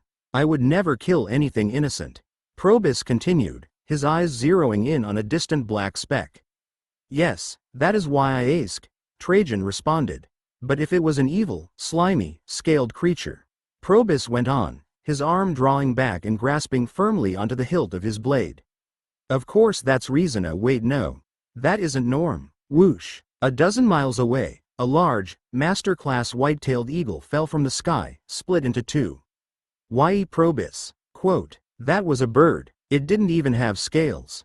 Chapter 50. A calm night. I got it. He nodded his head. He'd mentally laid out his optimal choices, after consulting Asra. It was a tough choice. He could choose the master-class black mantle leopard, to gain the external camouflage ability. The fire imp to gain an innate connection with fire magic, and pave his road to studying magic. The black ambient eagle to gain flight. The solar rock lizard to gain the Hyperion beam ability, and a powerful form to integrate. The true vampire to gain another powerful form, and an innate connection with blood magic. Or the virulent wolf to increase his survivability. All the other choices had benefits and possibilities as well, but these were the ones he designated as the most optimal. In terms of physical strength, his giant mire dragon form had the best of it, especially in his condensed form. He had absolutely pummeled that mutated solar rock lizard at the end. Unless he was facing a Lord-class beast that had some level of comprehension of the laws of the universe, he would have nothing to fear. What he didn't have, however, was survivability. Even a few master-class black-spotted leopards were able to pierce through his defensive scales and injure him. The Hyperion beam of that solar rock lizard could have easily killed him if he hadn't managed to dodge it. Even then, it still blasted through his right wing, injuring him. Even now, in his human form, part of his back was still tender. The injury on his wing had mostly healed, but the remnants translated over into this form when he switched. Some of the bloodlines he'd absorbed had some defensive capabilities. The Tazone rhino, called the Meng Hao in some regions, was a creature noted for its incredibly thick skin. They were large, tough creatures with a high level of strength and durability, ones that were incredibly annoying to kill. They had the ability known as sharp horn, which let them increase the sharpness and edge of the giant horn they bore on their head. If Dorian absorbed that bloodline into his main form to create a hybrid, he'd most likely gain a good deal of defensive strength. But the cost also seemed apparent. The Tazone rhino wasn't exactly the fastest creature, its powerful defenses coming with a steep price. His newly acquired heavy-scaled lizard had a similar problem. It was a great, 4-meter-large lizard, practically a dinosaur in Dorian's eyes, with dark blue scales and muscular arms and legs. It was tough and durable, but relied on thick layers of scales and blubber to keep it safe. Taking in the defensive prowess of either breed would slow him down immensely. Asra, evolve me into the virulent wolf. He made his choice. Virulent wolf, a resilient wolf-type creature, renowned for its incredible regenerative properties and its unique healing ability known as Restore. These wolves have an incredibly powerful life force. Valued for their rare bloodline, these creatures are often harvested and used in magic spells. Virulent wolves possess incredibly powerful regenerative properties, but weak physical strength, and are easily captured. At its highest potential growth stage, it reaches the Grandmaster class. He pulled up the information on the creature, nodding his head. The virulent wolf's regenerative properties were incredibly strong, and they had access to decent healing ability known as Restore. The downsides of weak physical strength could be easily ignored thanks to his already sizable level of power. Absorbing virulent wolf bloodline. Body reconstruction in progress. Dorian's body shifted and began to transform, his human features shifting inward. Black fur began to sprout from his body, covering him from head to toe. His spine pulled downward and his face began to elongate. In a split second, Dorian transformed into a small, half-meter-long virulent wolf puppy. Virulent wolf. Growth stage, 1/4, wolf pup. Growth progress 96,827 1,800ths. Asra's usual message about his soul adapting rang out in his mind. Dorian began to trot around in his room, looking at everything that had become suddenly giant from his perspective. He shrugged, a decidedly odd gesture for a wolf pup, and then jumped on his bed. Asra, this time wake me up before I'm supposed to transform, all right? Don't just transform me in my sleep. Last time he'd broken the bed he'd slept on, and he wanted to avoid a repeat of that. He didn't know how many more strange glances he could bear from that innkeeper. As you wish. He smiled at the reply, and then hopped up on his bed, settling into sleep. As afternoon faded to evening, and evening faded to night, a small, petite female vampire could be seen, standing alone atop one of the many palaces in Podor City. Helena tugged at the hem of her dress, making sure she wore it properly as she looked out towards the west. Her eyes gave off a faint, red glow as she focused, trying to look thousands of miles into the distance. Where are you? She sighed. A moment later, an aged, gaunt vampire appeared on the palace roof just a few meters away. He wore a loose set of robes, with short white hair and a pale face. Lady Helena, the skinny blood wizard motioned at her. What did they have to say? She responded, shivering in the night air. She wasn't cold, merely annoyed. Her mission was to find the odd anomaly that was on Hosnorth. She'd gotten sidetracked by agreeing to help out Trajan and Probus as they engaged their target, trying to drive it away. The blood trackers she'd brought with her had set about trying to find any trace of the anomaly that they could. They'd gained reports from intelligence sources that it was supposedly fleeing here to Taprisha. It was most likely to be found here in Potor. Unfortunately, it felt like trying to find a needle in a haystack. The closest they'd gotten was suspecting that the anomaly had transformed into a titan, and was hiding in the city after killing one of the local palace masters. Tracking through fate had proven useless, and the trail had long since grown cold. There was the other matter of the Potor city lord dying. This had made it extremely inconvenient to gather together the local forces as they fought against each other to decide the new city lord. Their target is fast approaching the city. It will arrive by tomorrow. The man's report was short. Helena gave him a nod and dismissed him with a wave of her hand. He bowed and then left the roof, vanishing into the night. She stamped her foot in frustration. As she did so, the roof of the palace creaked, dozens of meter-long cracks spreading out. She looked down at the now collapsing roof in surprise and guilt. Her form vanished and reappeared atop one of the neighboring palaces. 12 of them were gathered all right next to each other, making for convenient perches. She pretended to not see the warrior and wizards that appeared in half a panic, spreading out around the collapsing palace roof. Yells and shouts rang out as swords were drawn and spells cast, trying to find the intruder. Her gaze returned to look deep into the distance, completely unperturbed. "My anomaly, where have you gone? Don't you want to meet me?" Time passed, and night swiftly began to turn to day. "Your body is ready to transform." Asra's voice woke Dorian, the early morning light just now gleaming through his shuttered wooden window. He yawned, stretching his tiny wolf pup body. It felt luxurious, his bones cracking and warming up. He hopped off the bed, walking around in the inn-bedroom. All right, he'd made Asra wait a little extra to warn him, wanting to get some sleep in. Evolve me fully. He intended to completely integrate his wolf bloodline. Evolving to Virule. Evolving to Virulent Wolf's 3R. Evolving to Virulent Wolf's 4th growth stage. 3 quick messages, 2 of them partially cut off, all appeared in his mind, as he reached the maximum growth stage of the Virulent Wolf, expending a huge amount of energy. Virulent Wolf. Growth stage, 4/4, Elder Wolf. Growth progress 48,882/0. Dorian's body expanded, growing to stand 2 meters in height, and several meters in length. His limbs grew longer, becoming lanky, and covered in even more layers of black fur. His snout elongated, and his claws grew sharper. As he grew into this form, he felt a powerful feeling of health appear. As if he would never grow sick again, as if every cell in his body was full of energy. As this happened, he felt the life elemental energy he'd absorbed the other day seem to flow into his body, melding with it. Your virulent wolf form has undergone a mutation, consuming the life elemental energy in your body. Evolving to its newer form. Lesser life wolf. Growth stage, 5/5, Elder Wolf. Growth progress 48,882/0. What? Dorian replied as his body expanded once more, growing to a larger, 2.5 meters in height.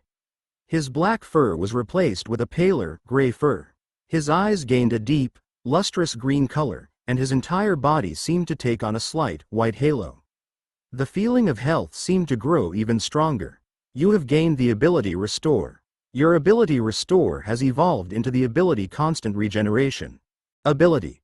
Constant Regeneration. A passive ability that is found among high-level life-aspected creatures, as well as trolls, and other beings with powerful life forces. Constant regeneration draws energy from the laws of the universe to provide a consistent and repeated level of regeneration. This ability can fully restore lost limbs, heal destructive wounds, and restore damaged organs at a moderate pace, drawing only a small amount of energy from the soul spell matrix. Awesome. Dorian grinned, his eyes opened wide. He took a few steps, feeling the strength in this body. Asra, what class is a lesser life wolf? He asked, pleased. He'd known it was possible for a beast to mutate, but this was the first time he'd experienced it. Eating that life element golden apple had proven unexpectedly rewarding. The peak of the Grandmaster class. Asra replied. Dorian shrugged, still pleased. He hadn't expected it to be a Lord class, but still. The original Virulent Wolf had maximized its growth at the beginning of the Grandmaster class. For its new form to reach the peak of the Grandmaster class, it was already fantastic. Okay, he immediately began to plan, continuing as he ordered. Asura, run simulations on all forms it can merge with. Discard any weak forms, and show the ones with the most merged bloodlines are the strongest. Acknowledge. Scanning. Gathering data. 1 moment. Asura replied coolly. Complete. I have found 3 results. Combining. Titan bloodline, human bloodline, and lesser life wolf bloodline. Lesser life werewolf, Grandmaster class, middle. Maximum energy level. 521. Ability. Condense, constant regeneration. A previously undiscovered species, lesser life werewolves are a weaker breed related to the legendary Lord class werewolf. While they don't possess the same genetics as the powerful werewolf race, their racial similarities are undeniable. Containing a powerful form of regeneration and virile strength, these creatures are not to be trifled with. These beasts have powerful physical strength, but maximize their growth at a relatively low level, hampering their potential. Combining. Great Black Bear bloodline, Lesser Life Wolf bloodline, and Mire Dragon bloodline. Undying Green Scaled Bear Grandmaster class, peak. Maximum energy level, 922. Ability. Great Strength, Constant Regeneration, Emerald Flames, Long Clawed Strike. A previously undiscovered species, Undying Green Scaled Bears are durable and strong, with powerful regenerative abilities. The faint traces of draconic blood gives them access to the Emerald Flames ability, making them a deadly foe for any encounter. They maximize their growth at the peak of the Grandmaster class. The ability Long Clawed Strike allows them to launch a long-range attack, making up for their slower speed. Combining. Human bloodline, Lesser Life Wolf bloodline, Giant Mire Dragon bloodline. Lesser Throne Demon, Pseudo-Lord class. Maximum energy level, 2945. Ability. Constant Regeneration, Demonic Eyes, Condense. Lesser Throne Demons are a rare, mutated offshoot of the mostly extinct race of demons. Talented at life-aspected magic, these demonic creatures were extremely difficult to kill, and hold an incredibly virile life force. Throne Demons originally came into existence from experiments on members of the draconic race. As a result of this, and the resulting wars with the draconic tribe, Throne Demons, and the demon race in general, fell to near extinction. Dorian looked over the 3 species listed, his smile growing on each one. Powerful, even the weakest of the 3 options was at the middle of the Grandmaster class. The more and more creatures' bloodlines he absorbed, the better and stronger evolutions Asura could calculate. The Lesser Life Werewolf sounded interesting, especially the mention of its relationship to the legendary werewolf, which was a Lord-class bloodline that he'd not seen or heard of yet. The long-ranged ability of the Undying Green-Scaled Bear had its perks, and the form, in general, sounded like a powerful tank. But what most delighted Dorian was his last choice. The Lesser Throne Demon, with a maximum energy level of 2945, choosing it would make his soul far stronger. Energy levels, according to Asura, were a common way to understand the total strength of a creature. The more powerful your soul, the faster and stronger a creature typically was. A being's perception of time was tied to the energy level of their soul. A Lord-class being would have a maximum energy at least at 5,000. His Lesser Throne Demon was already more than halfway to that. The energy level of a creature itself didn't decide everything. Being able to infuse the laws of the universe into a blow could increase the power behind an attack by a factor of 10, or even more. Still, the stronger his physical form got, the easier it would be for him to last and survive in this world. Evolving to any hybrid form would cost him a certain amount of energy, and he didn't want to be wasteful. His choice here, however, was clear. Asura, evolve me into the Lesser Throne Demon.